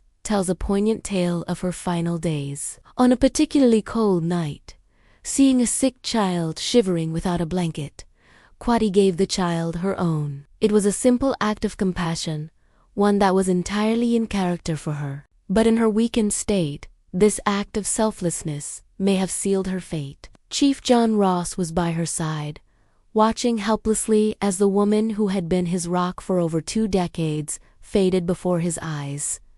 Imagine the weight on his shoulders. He was responsible for thousands of suffering people, each with their own story of loss and despair. He had to project an image of unwavering strength, to be the leader his people desperately needed. Yet, in the quiet moments, in the dim light of a cabin on a riverboat, he was simply a man watching his wife die. The grief must have been an ocean, threatening to drown him. Every cough, every labored breath from Quati would have been a dagger to his heart. He, who had fought so hard in the halls of power, who had argued with presidents and generals, was powerless against the fever that was stealing his wife away. He could negotiate for land, for rights, for justice, but he could not negotiate with death. On February 1st, 1839, Quatty Ross passed away. She was buried in a simple grave in Little Rock's Mount Holly Cemetery,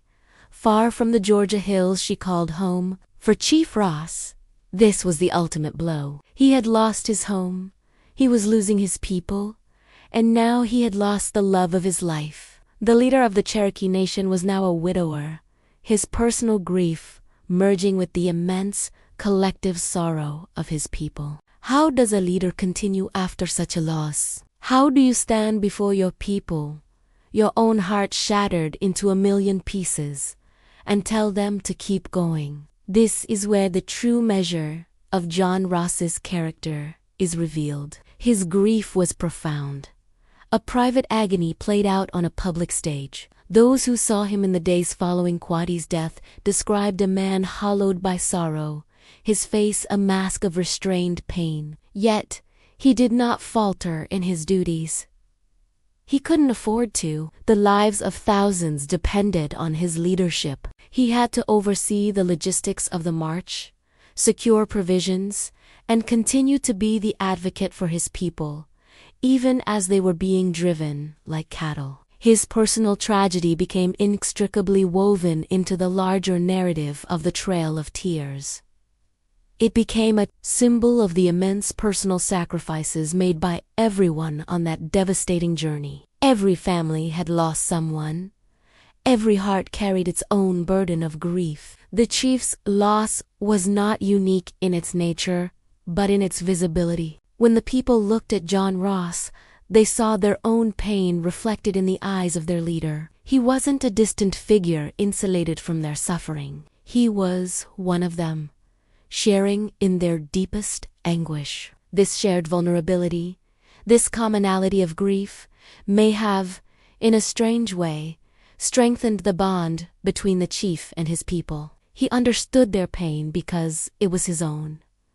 He channeled his grief into resolve. The loss of Quatty seemed to fuel his determination to see the Cherokee Nation not just survive, but rebuild. It was as if he was honoring her memory by refusing to let their people be extinguished. He had to ensure that her death and the deaths of the 4,000 others who perished on the trail would not be in vain. Think of the immense strength it took to write letters, to issue orders, to hold council meetings, all while carrying the fresh wound of his wife's death. Every decision was tinged with that sorrow. Every mile further west was another mile away from the life they had built together. The journey became a funeral procession, not just for a nation's sovereignty, but for his own personal happiness. When the Cherokee finally arrived in Indian Territory, what is now Oklahoma, the task of rebuilding began. For Ross, this meant forging a new government, uniting factions that had been bitterly divided by the treaty disputes, and creating a new home from scratch. He did all of this as a widower, navigating the complexities of nation building while mourning his partner. Quatty's grave in Little Rock stands as a quiet, powerful monument. It marks the final resting place of a First Lady of the Cherokee Nation. But it also marks a pivotal point in the story of the Trail of Tears. It represents the intimate, human cost of a brutal policy. It reminds us that behind the statistics and the historical accounts are real people who loved and lost and suffered immensely. Chief John Ross would go on to lead the Cherokee Nation for nearly 3 more decades. He would remarry and have more children, building a new life in a new land. But the memory of Quatty and the tragic circumstances of her death remained a defining part of his story. Her loss was a scar on his heart, just as the Trail of Tears was a scar on the soul of the Cherokee Nation. In the end, the story of Chief John Ross's grief is a story of resilience. It's about the capacity of the human spirit to endure the He lost his wife, but he did not lose his purpose. He carried his sorrow not as a crushing weight that would hold him down, but as a solemn charge that propelled him forward. He transformed his personal tragedy into a source of shared strength, leading his people out of the valley of death and into the difficult dawn of a new beginning forever, honoring the memory of Choctaw and the thousands who walked the trail beside her. Thank you for joining me on this deep dive into a powerful and heartbreaking chapter of history. The stories of individuals like Chief John Ross and Choctaw remind us of the human element behind the grand narratives we often learn. If you found this story moving, please consider liking this video and subscribing to our channel for more content that brings history to life. We appreciate your support more than you know. See you next time. Hello everyone, and welcome back. We've journeyed together through the chapters of this painful history, and today we arrive at a moment that demands our quiet reflection. Chapter 14 is titled, "The Numbers Tell the Tragedy," and it's a stark, somber accounting of a profound human loss. The numbers themselves are simple, but what they represent is almost too vast to comprehend. Imagine a community, 16,000 men, women, and children. 16,000 Cherokee people, each with a name, a family, a home, and a lifetime of memories tied to the land of their ancestors. This wasn't just a group of people, it was an entire nation, a vibrant culture with its own language, government, and traditions. 16,000 individuals who were forcibly uprooted from everything they knew and loved. The journey they were forced to endure was over 1,000 miles long, across unforgiving terrain and through brutal weather. They walked through freezing winters and scorching summers, often with inadequate food, shelter, and clothing. They were herded into stockades, disease-ridden camps, where they waited for the forced removal to begin. Sickness, like cholera, dysentery, and typhus, spread like wildfire through these crowded, unsanitary conditions. The very young and the elderly were the first to succumb, but no one was safe. As the long, brutal march began, the suffering only intensified. People were exhausted, malnourished, and heartbroken. Every step was a struggle. Every mile was marked by sorrow. The trail became a graveyard. Families were torn apart, not just by the chaos of the march, but by the relentless hand of death. A child would lose their parents. A husband would lose his wife. An entire generation of elders, the keepers of history and tradition, was decimated. And this brings us to the number at the heart of this tragedy. Of the 16,000 who began the journey, an estimated 4,000 perished. 4,000 people. 1 out of every 4. Let that sink in. 1/4 of the Cherokee Nation was wiped out in a matter of months. It's a staggering loss, a demographic catastrophe from which it would take generations to recover. These weren't just abstract statistics. Each number represents a human being, a story cut short, a future erased. 4,000 souls lost to exposure, to disease, to starvation, and to sheer heartbreak. It was in the midst of this overwhelming grief and loss that the Cherokee gave a name to their ordeal. In their own language, they called it Nunadal Sune. In English, this translates to the trail where they cried. We know it today as the Trail of Tears. The name itself is a testament to the immense suffering. It wasn't just a trail of walking. It was a trail of weeping, of mourning, of unimaginable sorrow. It's a name that carries the weight of 4,000 lost lives and the collective trauma of a nation. This chapter, The Numbers Tell the Tragedy, forces us to look beyond the policies and the politics and to confront the devastating human cost. It reminds us that behind every historical event, there are individual lives, individual stories, and individual tears. The numbers are not just figures on a page. They are echoes of a tragedy, a solemn memorial to the 4,000 who never reached their destination. Thank you for taking the time to bear witness to this difficult chapter with me. It's important that we remember these stories, that we honor the memory of those who were lost. If you found this journey meaningful, please consider liking this video and subscribing to the channel for more. It helps us continue to share these important histories. Thank you for listening. Solemn, reflective music begins. We've walked a long and difficult path together through this history, a path paved with sorrow and loss. Today, we arrive at Chapter 15, the destination. But for the thousands of Cherokee, Choctaw, Chickasaw, Creek, and Seminole people who were forced from their ancestral lands, this arrival was not an end to their suffering, but the beginning of a new, profound challenge. This is the story of their arrival in what was then known as Indian Territory. Imagine, for a moment, the final steps of that journey. After months of marching through brutal conditions, ice, snow, mud, and disease, the survivors stumbled into this new land. They were not a triumphant procession. They were a ghost-like caravan of the bereaved.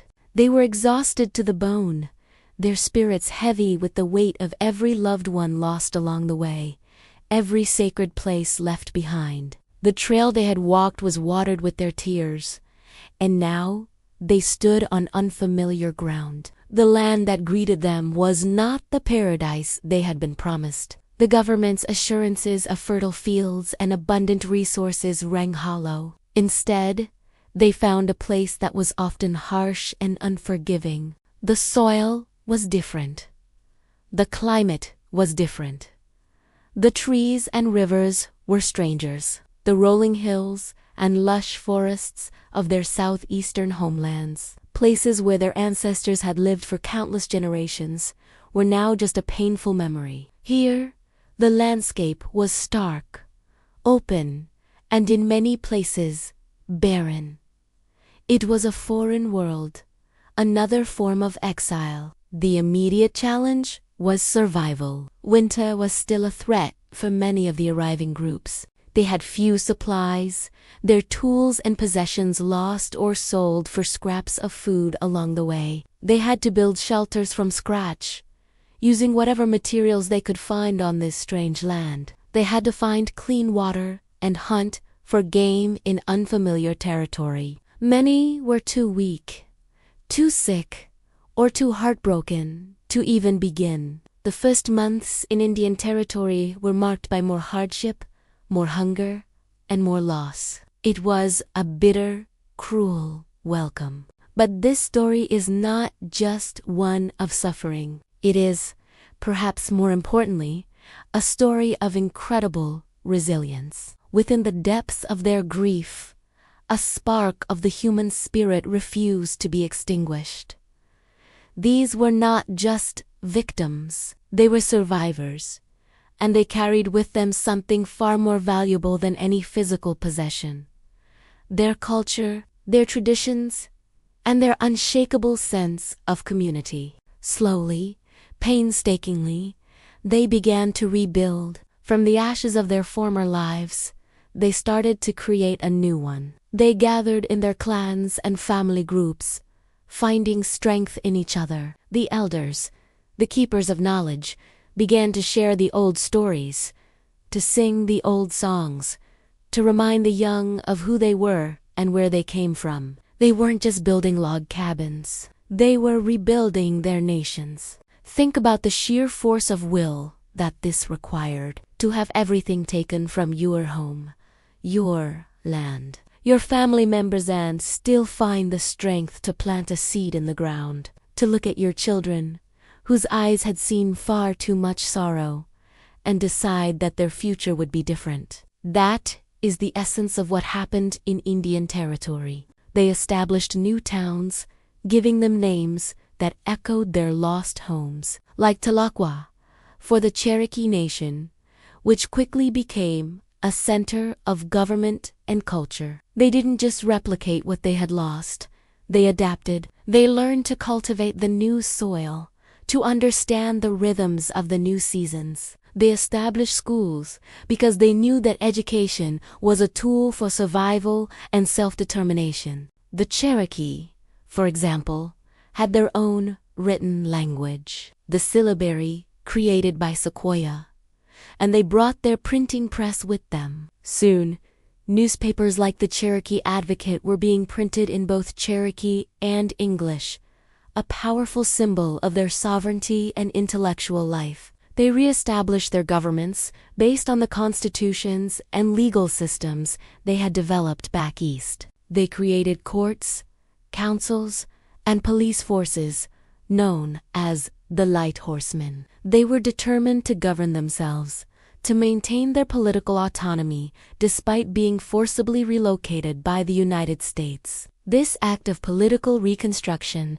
under such dire circumstances is one of the most remarkable parts of this story. They were building a nation from memory and determination. Of course, this process was not simple or without conflict. The trauma of the removal created deep divisions within the tribes. For the Cherokee, tensions between the treaty party, who had signed the removal treaty, and the majority faction led by John Ross, who had opposed it, erupted into violence. It took years of difficult reconciliation to heal these internal wounds inflicted by the pressures of American policy. Moreover, they were not alone in this new territory. They were settled on lands that were already home to other indigenous peoples, like the Osage, the Kiowa, and the Comanche. This led to new conflicts and complex negotiations over resources and territory.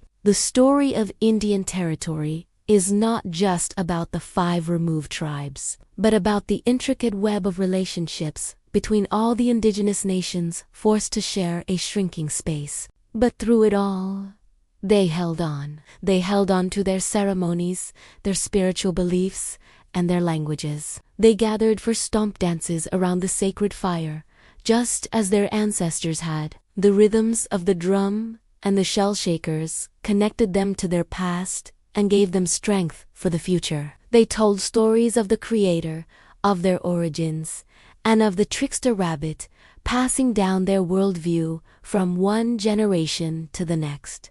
Culture became their anchor in a sea of change. It was the inheritance that could never be taken away. The arrival in Indian Territory was the end of a chapter written in tears. But it was also the beginning of a new one, written in resilience, courage, and an unbreakable will to survive. The people who stumbled, heartbroken, into this strange land did not vanish.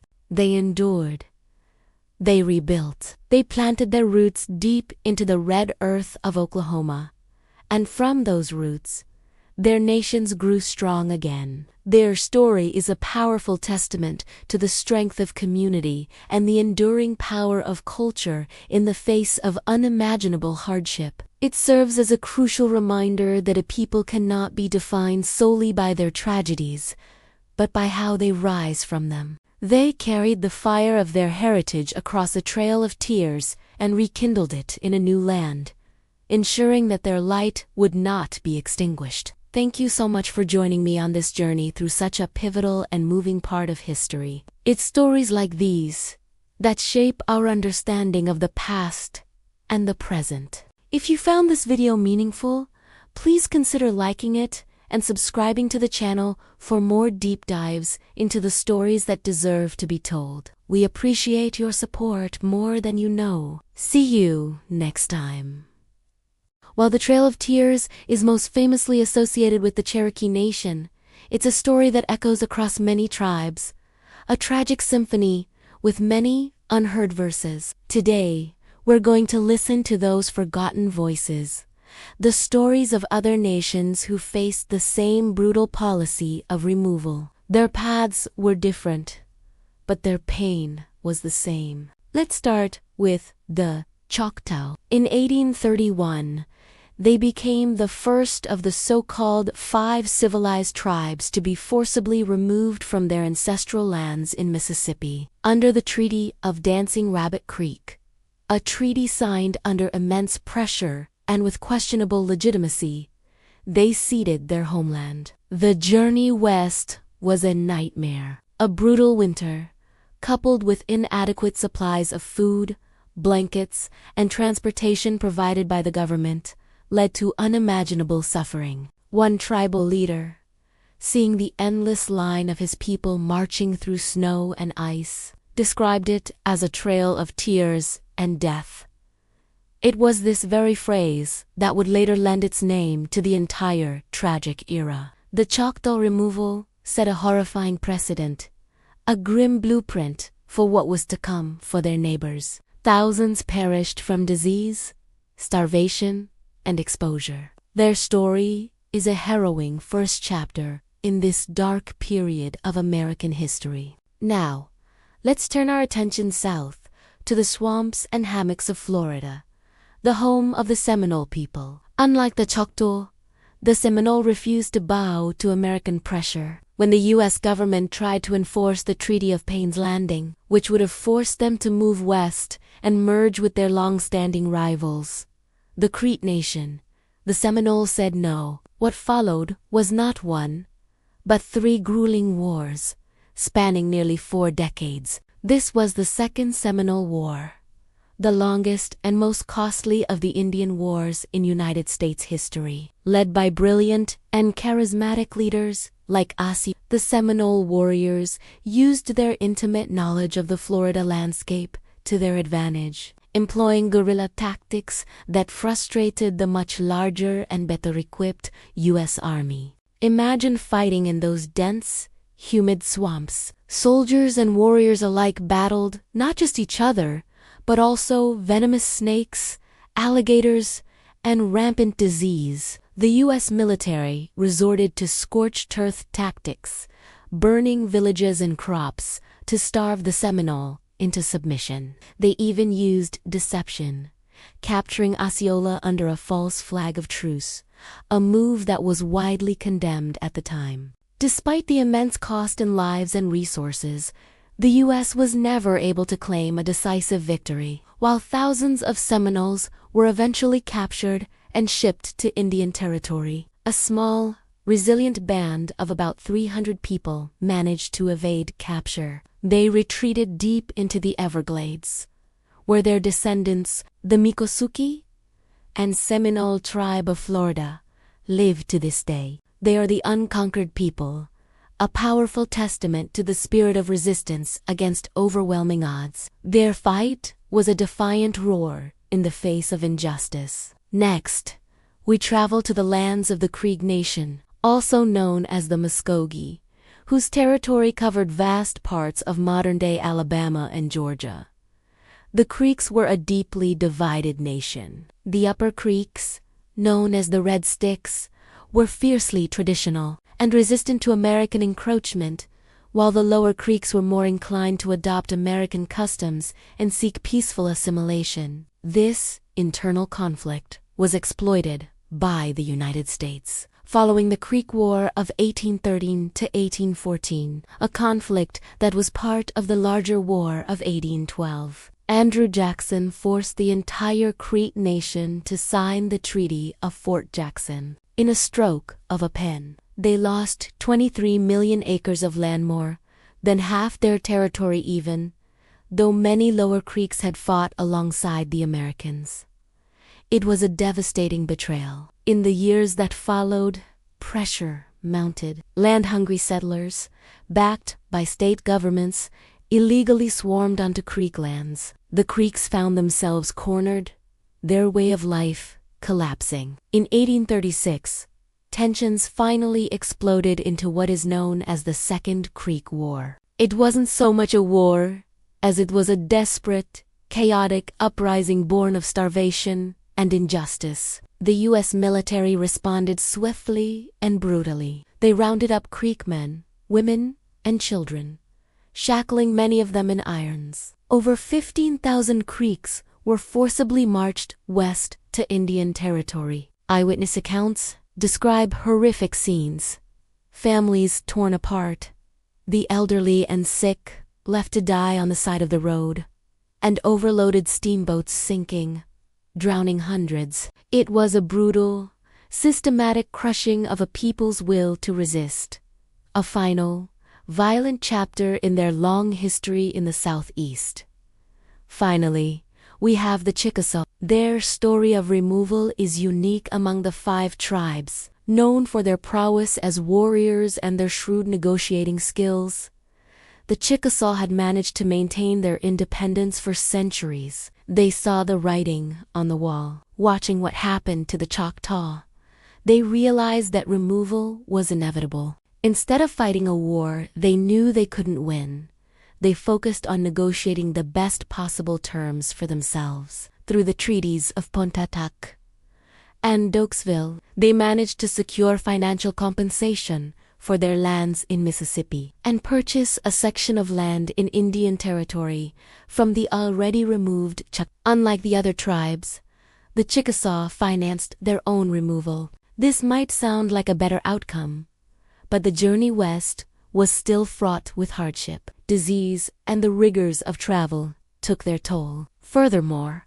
arriving in a new land and having to share it with the Choctaw, who outnumbered them significantly, created new social and political challenges. The Chickasaw had to fight to reestablish their own government and maintain their distinct cultural identity. Their story isn't one of violent resistance, but of pragmatic survival. They chose to navigate the storm rather than be broken by it, a testament to their political acumen and resilience. But let's be clear, it was a choice made with a gun to their head. They traded their ancestral home for survival, a heartbreaking bargain that no people should ever have to make. So you see, the Trail of Tears was not a single path, but a network of trails, each paved with the sorrow and resilience of a different nation. The Choctaw's trail of death, the Seminoles' unconquered defiance in the swamps, the Creek's desperate final stand, and the Chickasaw's pragmatic but painful relocations are not just footnotes to the Cherokee story. They are essential chapters in the broader narrative of American expansion and its human cost. By remembering these forgotten voices, we gain a fuller, more honest understanding of our shared history. Their stories of loss, resistance, and survival are a powerful reminder of the enduring strength of the human spirit in the face of unimaginable adversity. Thank you for joining us on this journey to listen to these forgotten voices. It's crucial that we remember these stories, not just as tragic events of the past, but as lessons that continue to resonate today. If you found this video meaningful, please give it a like and subscribe to our channel for more deep dives into history. Don't forget to hit the notification bell so you won't miss our next chapter. We'll see you next time. Hello everyone, and welcome back to our historical journey. Today, we're diving into a complex and often overlooked chapter of American history, a period we're calling America Moves On. This isn't just about the physical movement of people across a continent. It's about a profound shift in the nation's focus, its priorities, and its conscience. As the 19th century progressed, the United States was a nation brimming with energy, ambition, and a sense of boundless possibility. The call to go west was more than just a suggestion. It was seen as a divine mission, a manifest destiny to stretch from the Atlantic to the Pacific. This westward expansion is often portrayed as a heroic saga of hardy pioneers, covered wagons, and the taming of a wild frontier. And while there's an element of truth to the resilience of those who made the journey, this popular narrative leaves out a critical and much darker part of the story. As the nation's gaze turned westward, it simultaneously turned away from the people who had inhabited those lands for millennia. The relentless push for new territory, new resources, and new beginnings for some meant the end of a way of life for others. The native peoples of the Great Plains, the Southwest, and the Pacific Coast found themselves in the path of an unstoppable force. Treaties were made and just as quickly broken. Promises of peace and protected lands dissolved in the face of gold rushes, railroad construction, and the insatiable demand for farmland. What had once been a vast, interconnected network of native nations was being systematically dismantled. Piece by piece, the story of westward expansion is inextricably linked to the story of Native American displacement and suffering. What is particularly troubling about this era is how this process faded from the public consciousness in the bustling cities of the East. As America industrialized, as telegraph lines and railroads stitched the country closer together, the Indian problem, as it was coldly termed, became a distant issue. Newspapers were filled with stories of economic growth, political debates, and urban development. The plight of tribes being forced onto smaller and smaller reservations, suffering from disease and starvation, was relegated to the back pages, if it was mentioned at all. It was an uncomfortable truth that didn't fit neatly into the triumphant narrative of national progress. The average citizen, caught up in the promise of a growing America, was encouraged to look forward to the future, and not to dwell on the cost of that progress. The suffering of native peoples became an abstraction, a footnote in the grand story of the nation's rise. This period exposes a deep and painful contradiction at the very heart of the American experiment. The nation was founded on ideals of liberty, democracy, and justice for all. It prided itself on being a beacon of freedom in the world. Yet, at the same time, it was pursuing a policy of systematic removal and cultural destruction against the continent's original inhabitants.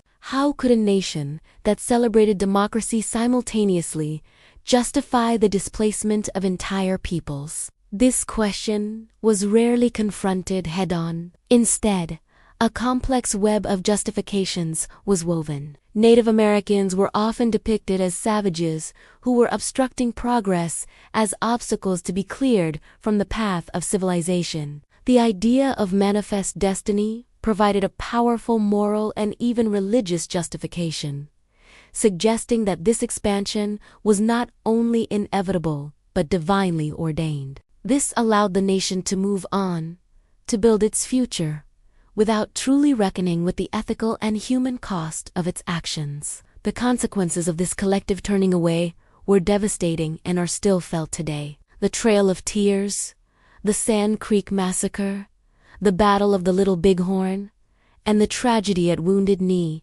are not just isolated events. They are punctuation marks in a long, painful sentence of broken promises and violence. They represent the violent clashes that occurred when the policy of moving on met the reality of people fighting for their homes, their families, and their very existence. For every famous battle, there were countless unrecorded instances of hardship, loss, and resilience. Families were torn apart, sacred lands were desecrated, and ancient traditions were suppressed in a forced assimilation campaign. The establishment of reservations and boarding schools was part of this effort to kill the Indian, save the man, a policy aimed at erasing cultural identity and absorbing native peoples into the dominant society, but on the lowest possible terms. It's crucial to understand that native peoples were not passive victims in this story. They resisted in every way they could. They fought back militarily.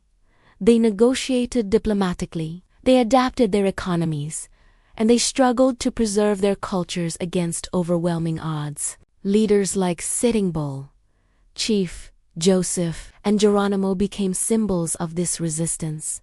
Their stories a testament to their people's courage and determination to survive. Their fight was not just for land. It was a fight for the right to exist as distinct peoples, to maintain their languages, their spiritual beliefs, and their connection to the world. They were fighting for the very soul of their communities. The narrative of America, simply moving on, erases this fierce and prolonged struggle for sovereignty and self-determination. So, when we look back at this chapter, we see two Americas. One was a young, ambitious republic, rapidly growing in wealth and power, building cities and laying the groundwork for its emergence as a world leader. The other America was one of dispossession and sorrow, where ancient societies were being dismantled and their people pushed to the margins. The tragedy is that for the nation to move on, it felt it had to ignore, justify, or forget the existence and the rights of this other America. The contradiction between the nation's democratic ideals and its actions toward native peoples became a chasm.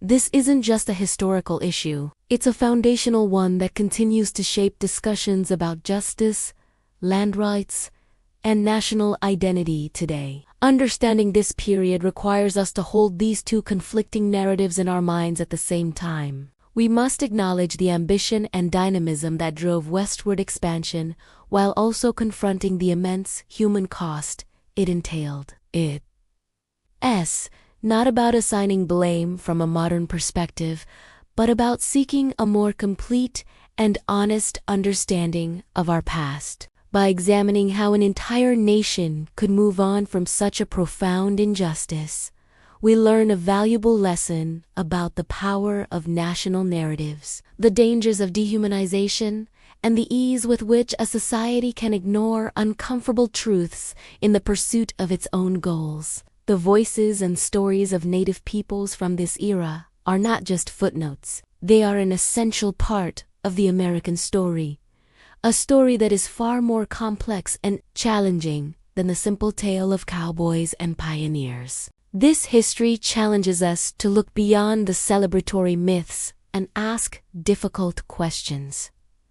What does progress mean, and who gets to define it? Who benefits, and who pays the price? The story of America moving on is a cautionary tale about the moral compromises a nation can make, and the long, difficult road required to confront and reconcile with its own past. It's a reminder that history is not just a collection of dates and events, but a continuous dialogue we have with those who came before us, and a responsibility we have to those who will come after. Thank you for joining me in exploring this difficult but essential chapter of American history. If you found this discussion valuable, please consider liking this video and subscribing to the channel for more deep dives into our shared past. We'll see you next time. Hello everyone, and welcome back to our historical journey. Today, we arrive at a chapter that is not just a part of history, but a deep, defining wound on the American conscience, the Trail of Tears. It's a story of profound loss, of unimaginable hardship. But it is also, crucially, a story of incredible survival, endurance, and the unyielding strength of the human spirit. To truly understand this legacy, we must first go back to the early 19th century. The Cherokee Creek, Choctaw, Chickasaw, and Seminole Nations, often referred to as the 5 civilized tribes, had built thriving societies in the southeastern United States. They weren't nomadic wanderers. They were farmers, politicians, educators, and innovators. The Cherokee, for instance, had developed their own written language, a constitution modeled after the U.S. Constitution, and were running their own schools and newspapers. They had adopted many aspects of American culture, believing this was the path to coexistence and securing their homeland.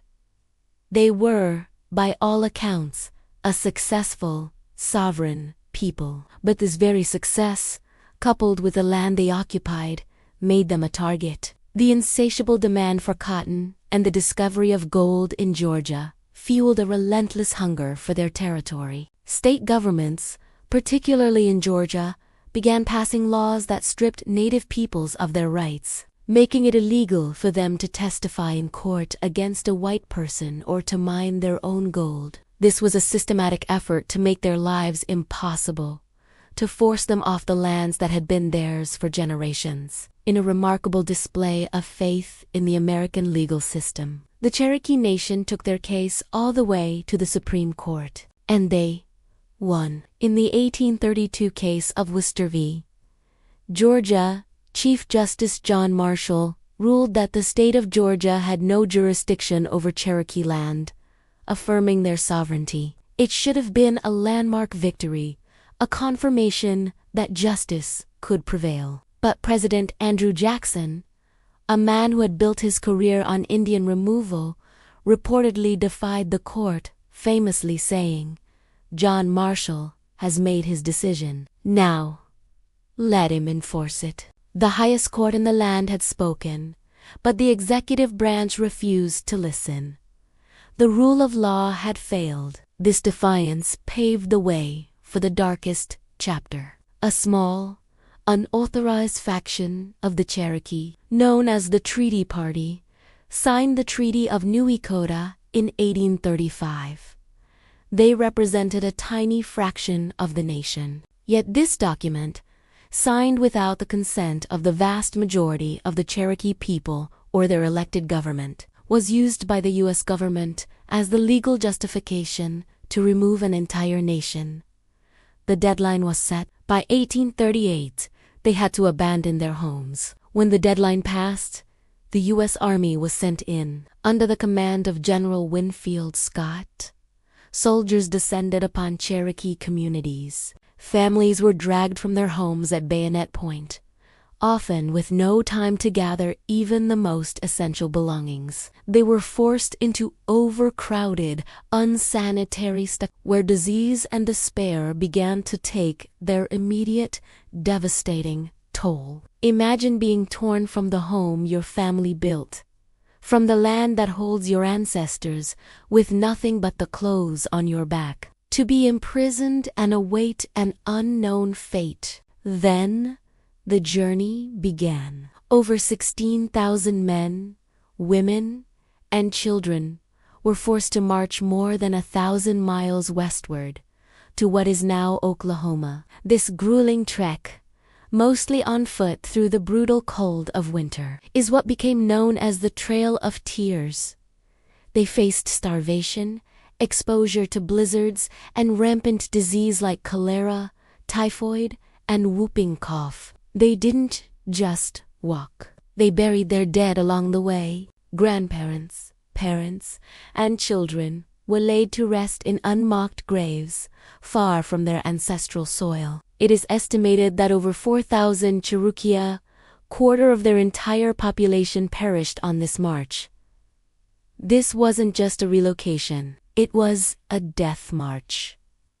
And it's important to remember, the Cherokee were not the only ones. The Choctaw, Chickasaw, Creek, and Seminole peoples endured their own horrific trails of tears, their own stories of loss and forced removal. The arrival in Indian territory was not the end of their suffering. They arrived, heartbroken and depleted, to a strange new land. The promises of government support and provisions often proved empty. They had to rebuild their lives, their communities, and their nations from scratch, all while carrying the immense trauma of what they had endured. The name itself, the Trail of Tears, or as the Cherokee call it, Nuna dal Isunyi, the trail where they cried, barely captures the depth of this sorrow. But this is where the story pivots from one of pure tragedy to one of astonishing resilience. The legacy of the Trail of Tears is not just one of loss. It is a testament to the endurance of the human spirit. The survivors did not simply give up. They did not let their culture die. They rebuilt. They reestablished their governments, started new farms, and opened new schools. The Cherokee Nation, for example, reestablished its constitutional government and its printing press, continuing to publish in its own language. They carried the fire of their culture, their language, and their identity across 1,000 miles of sorrow and replanted it in new ground. This act of cultural survival is the other side of this legacy. It is a story of strength in the face of absolute injustice. It demonstrates that a people cannot be erased, that a spirit cannot be extinguished, even by the most brutal acts of a powerful government. The descendants of the survivors are still here today. The Cherokee, Choctaw, Chickasaw, Creek, and Seminole Nations are vibrant, sovereign entities, contributing to American society while fiercely preserving their unique heritage. They are lawyers, doctors, artists, and leaders. Their languages are still spoken. Their ceremonies are still practiced. So, why is it so crucial that we remember the Trail of Tears? Because it stands as a stark, painful reminder of what can happen when greed, racism, and political power override justice and humanity. It forces us to confront an uncomfortable truth about our nation's history. But it also teaches us a profound lesson about survival. It honors the memory of the thousands who were lost, and it celebrates the incredible, unbreakable spirit of those who survived and rebuilt. Their legacy is not just one of tears. It's a legacy of endurance, a story of a people who, against all odds, refuse to be forgotten and continue to thrive. Thank you so much for joining me today to reflect on this incredibly important and moving chapter of our history. If this story resonated with you, please consider liking this video and subscribing to the channel for more deep dives into the stories that have shaped our world. Your support means everything. See you next time.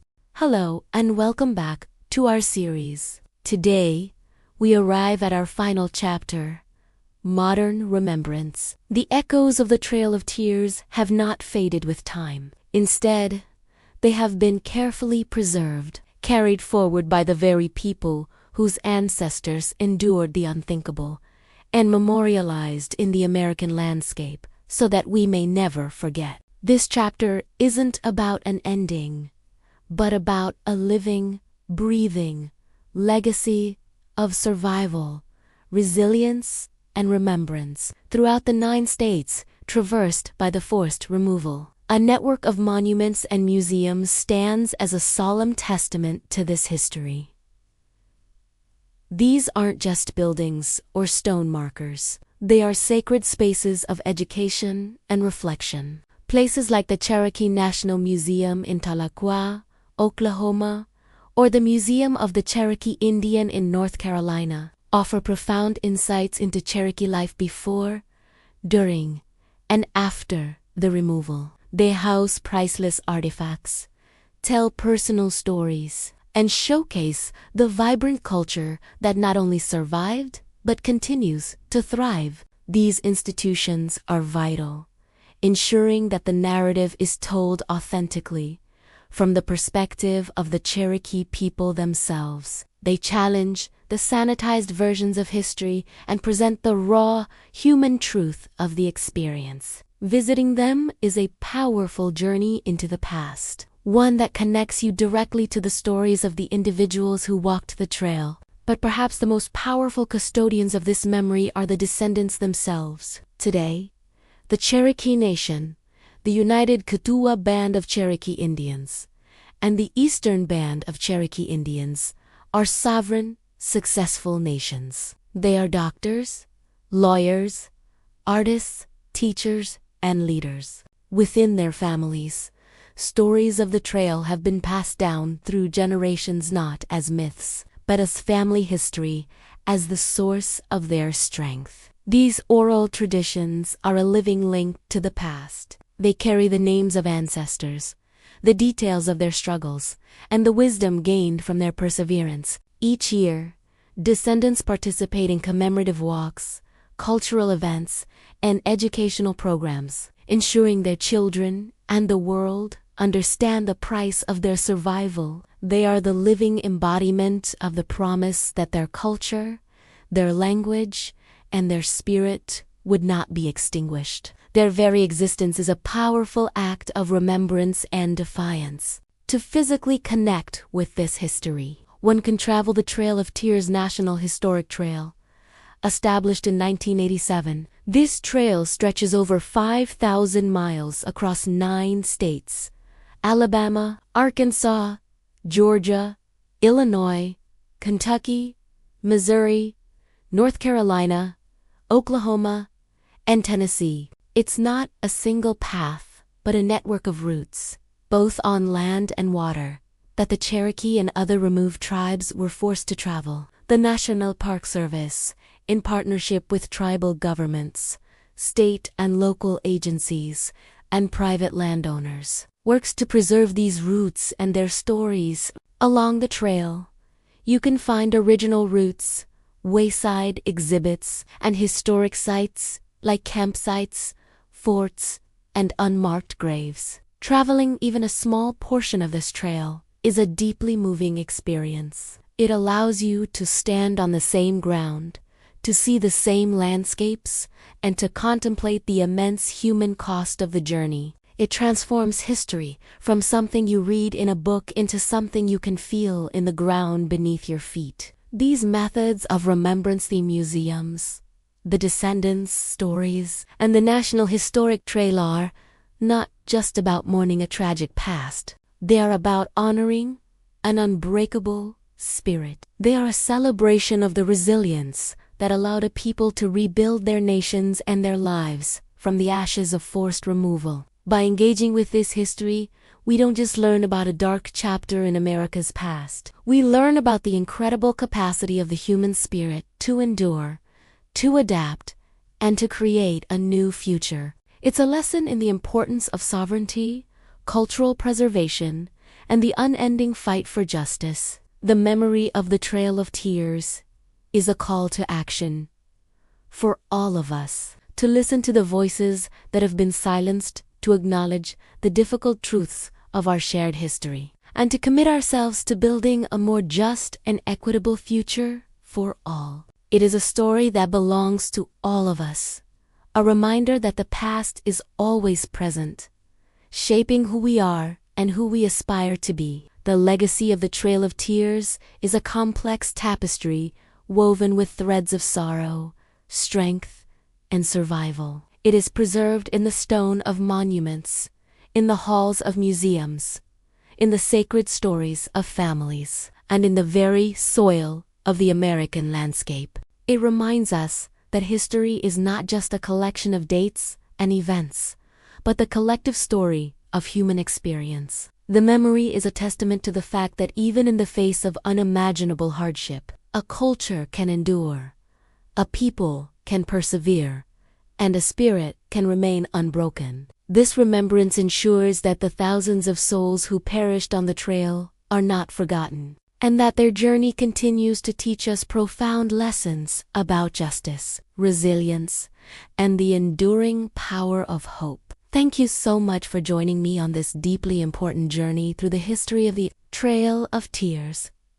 It has been an honor to share these stories with you. If this series has moved you or taught you something new, please consider liking this video and subscribing to the channel for more historical deep dives. Your support helps us continue to bring these vital stories to light. Until next time, take care. We've walked a long and difficult path together through these stories. We've journeyed back in time, not just to witness events, but to feel their weight, to understand the human cost behind the pages of history. It's easy to look back and see only dates and names, to see a chapter in a textbook that we can close and put away. But what we've explored here is more than that. It's a story written in footprints, in heartache, and in the enduring strength of the human spirit. Imagine, for a moment, standing silently in the vast, quiet landscapes we've talked about.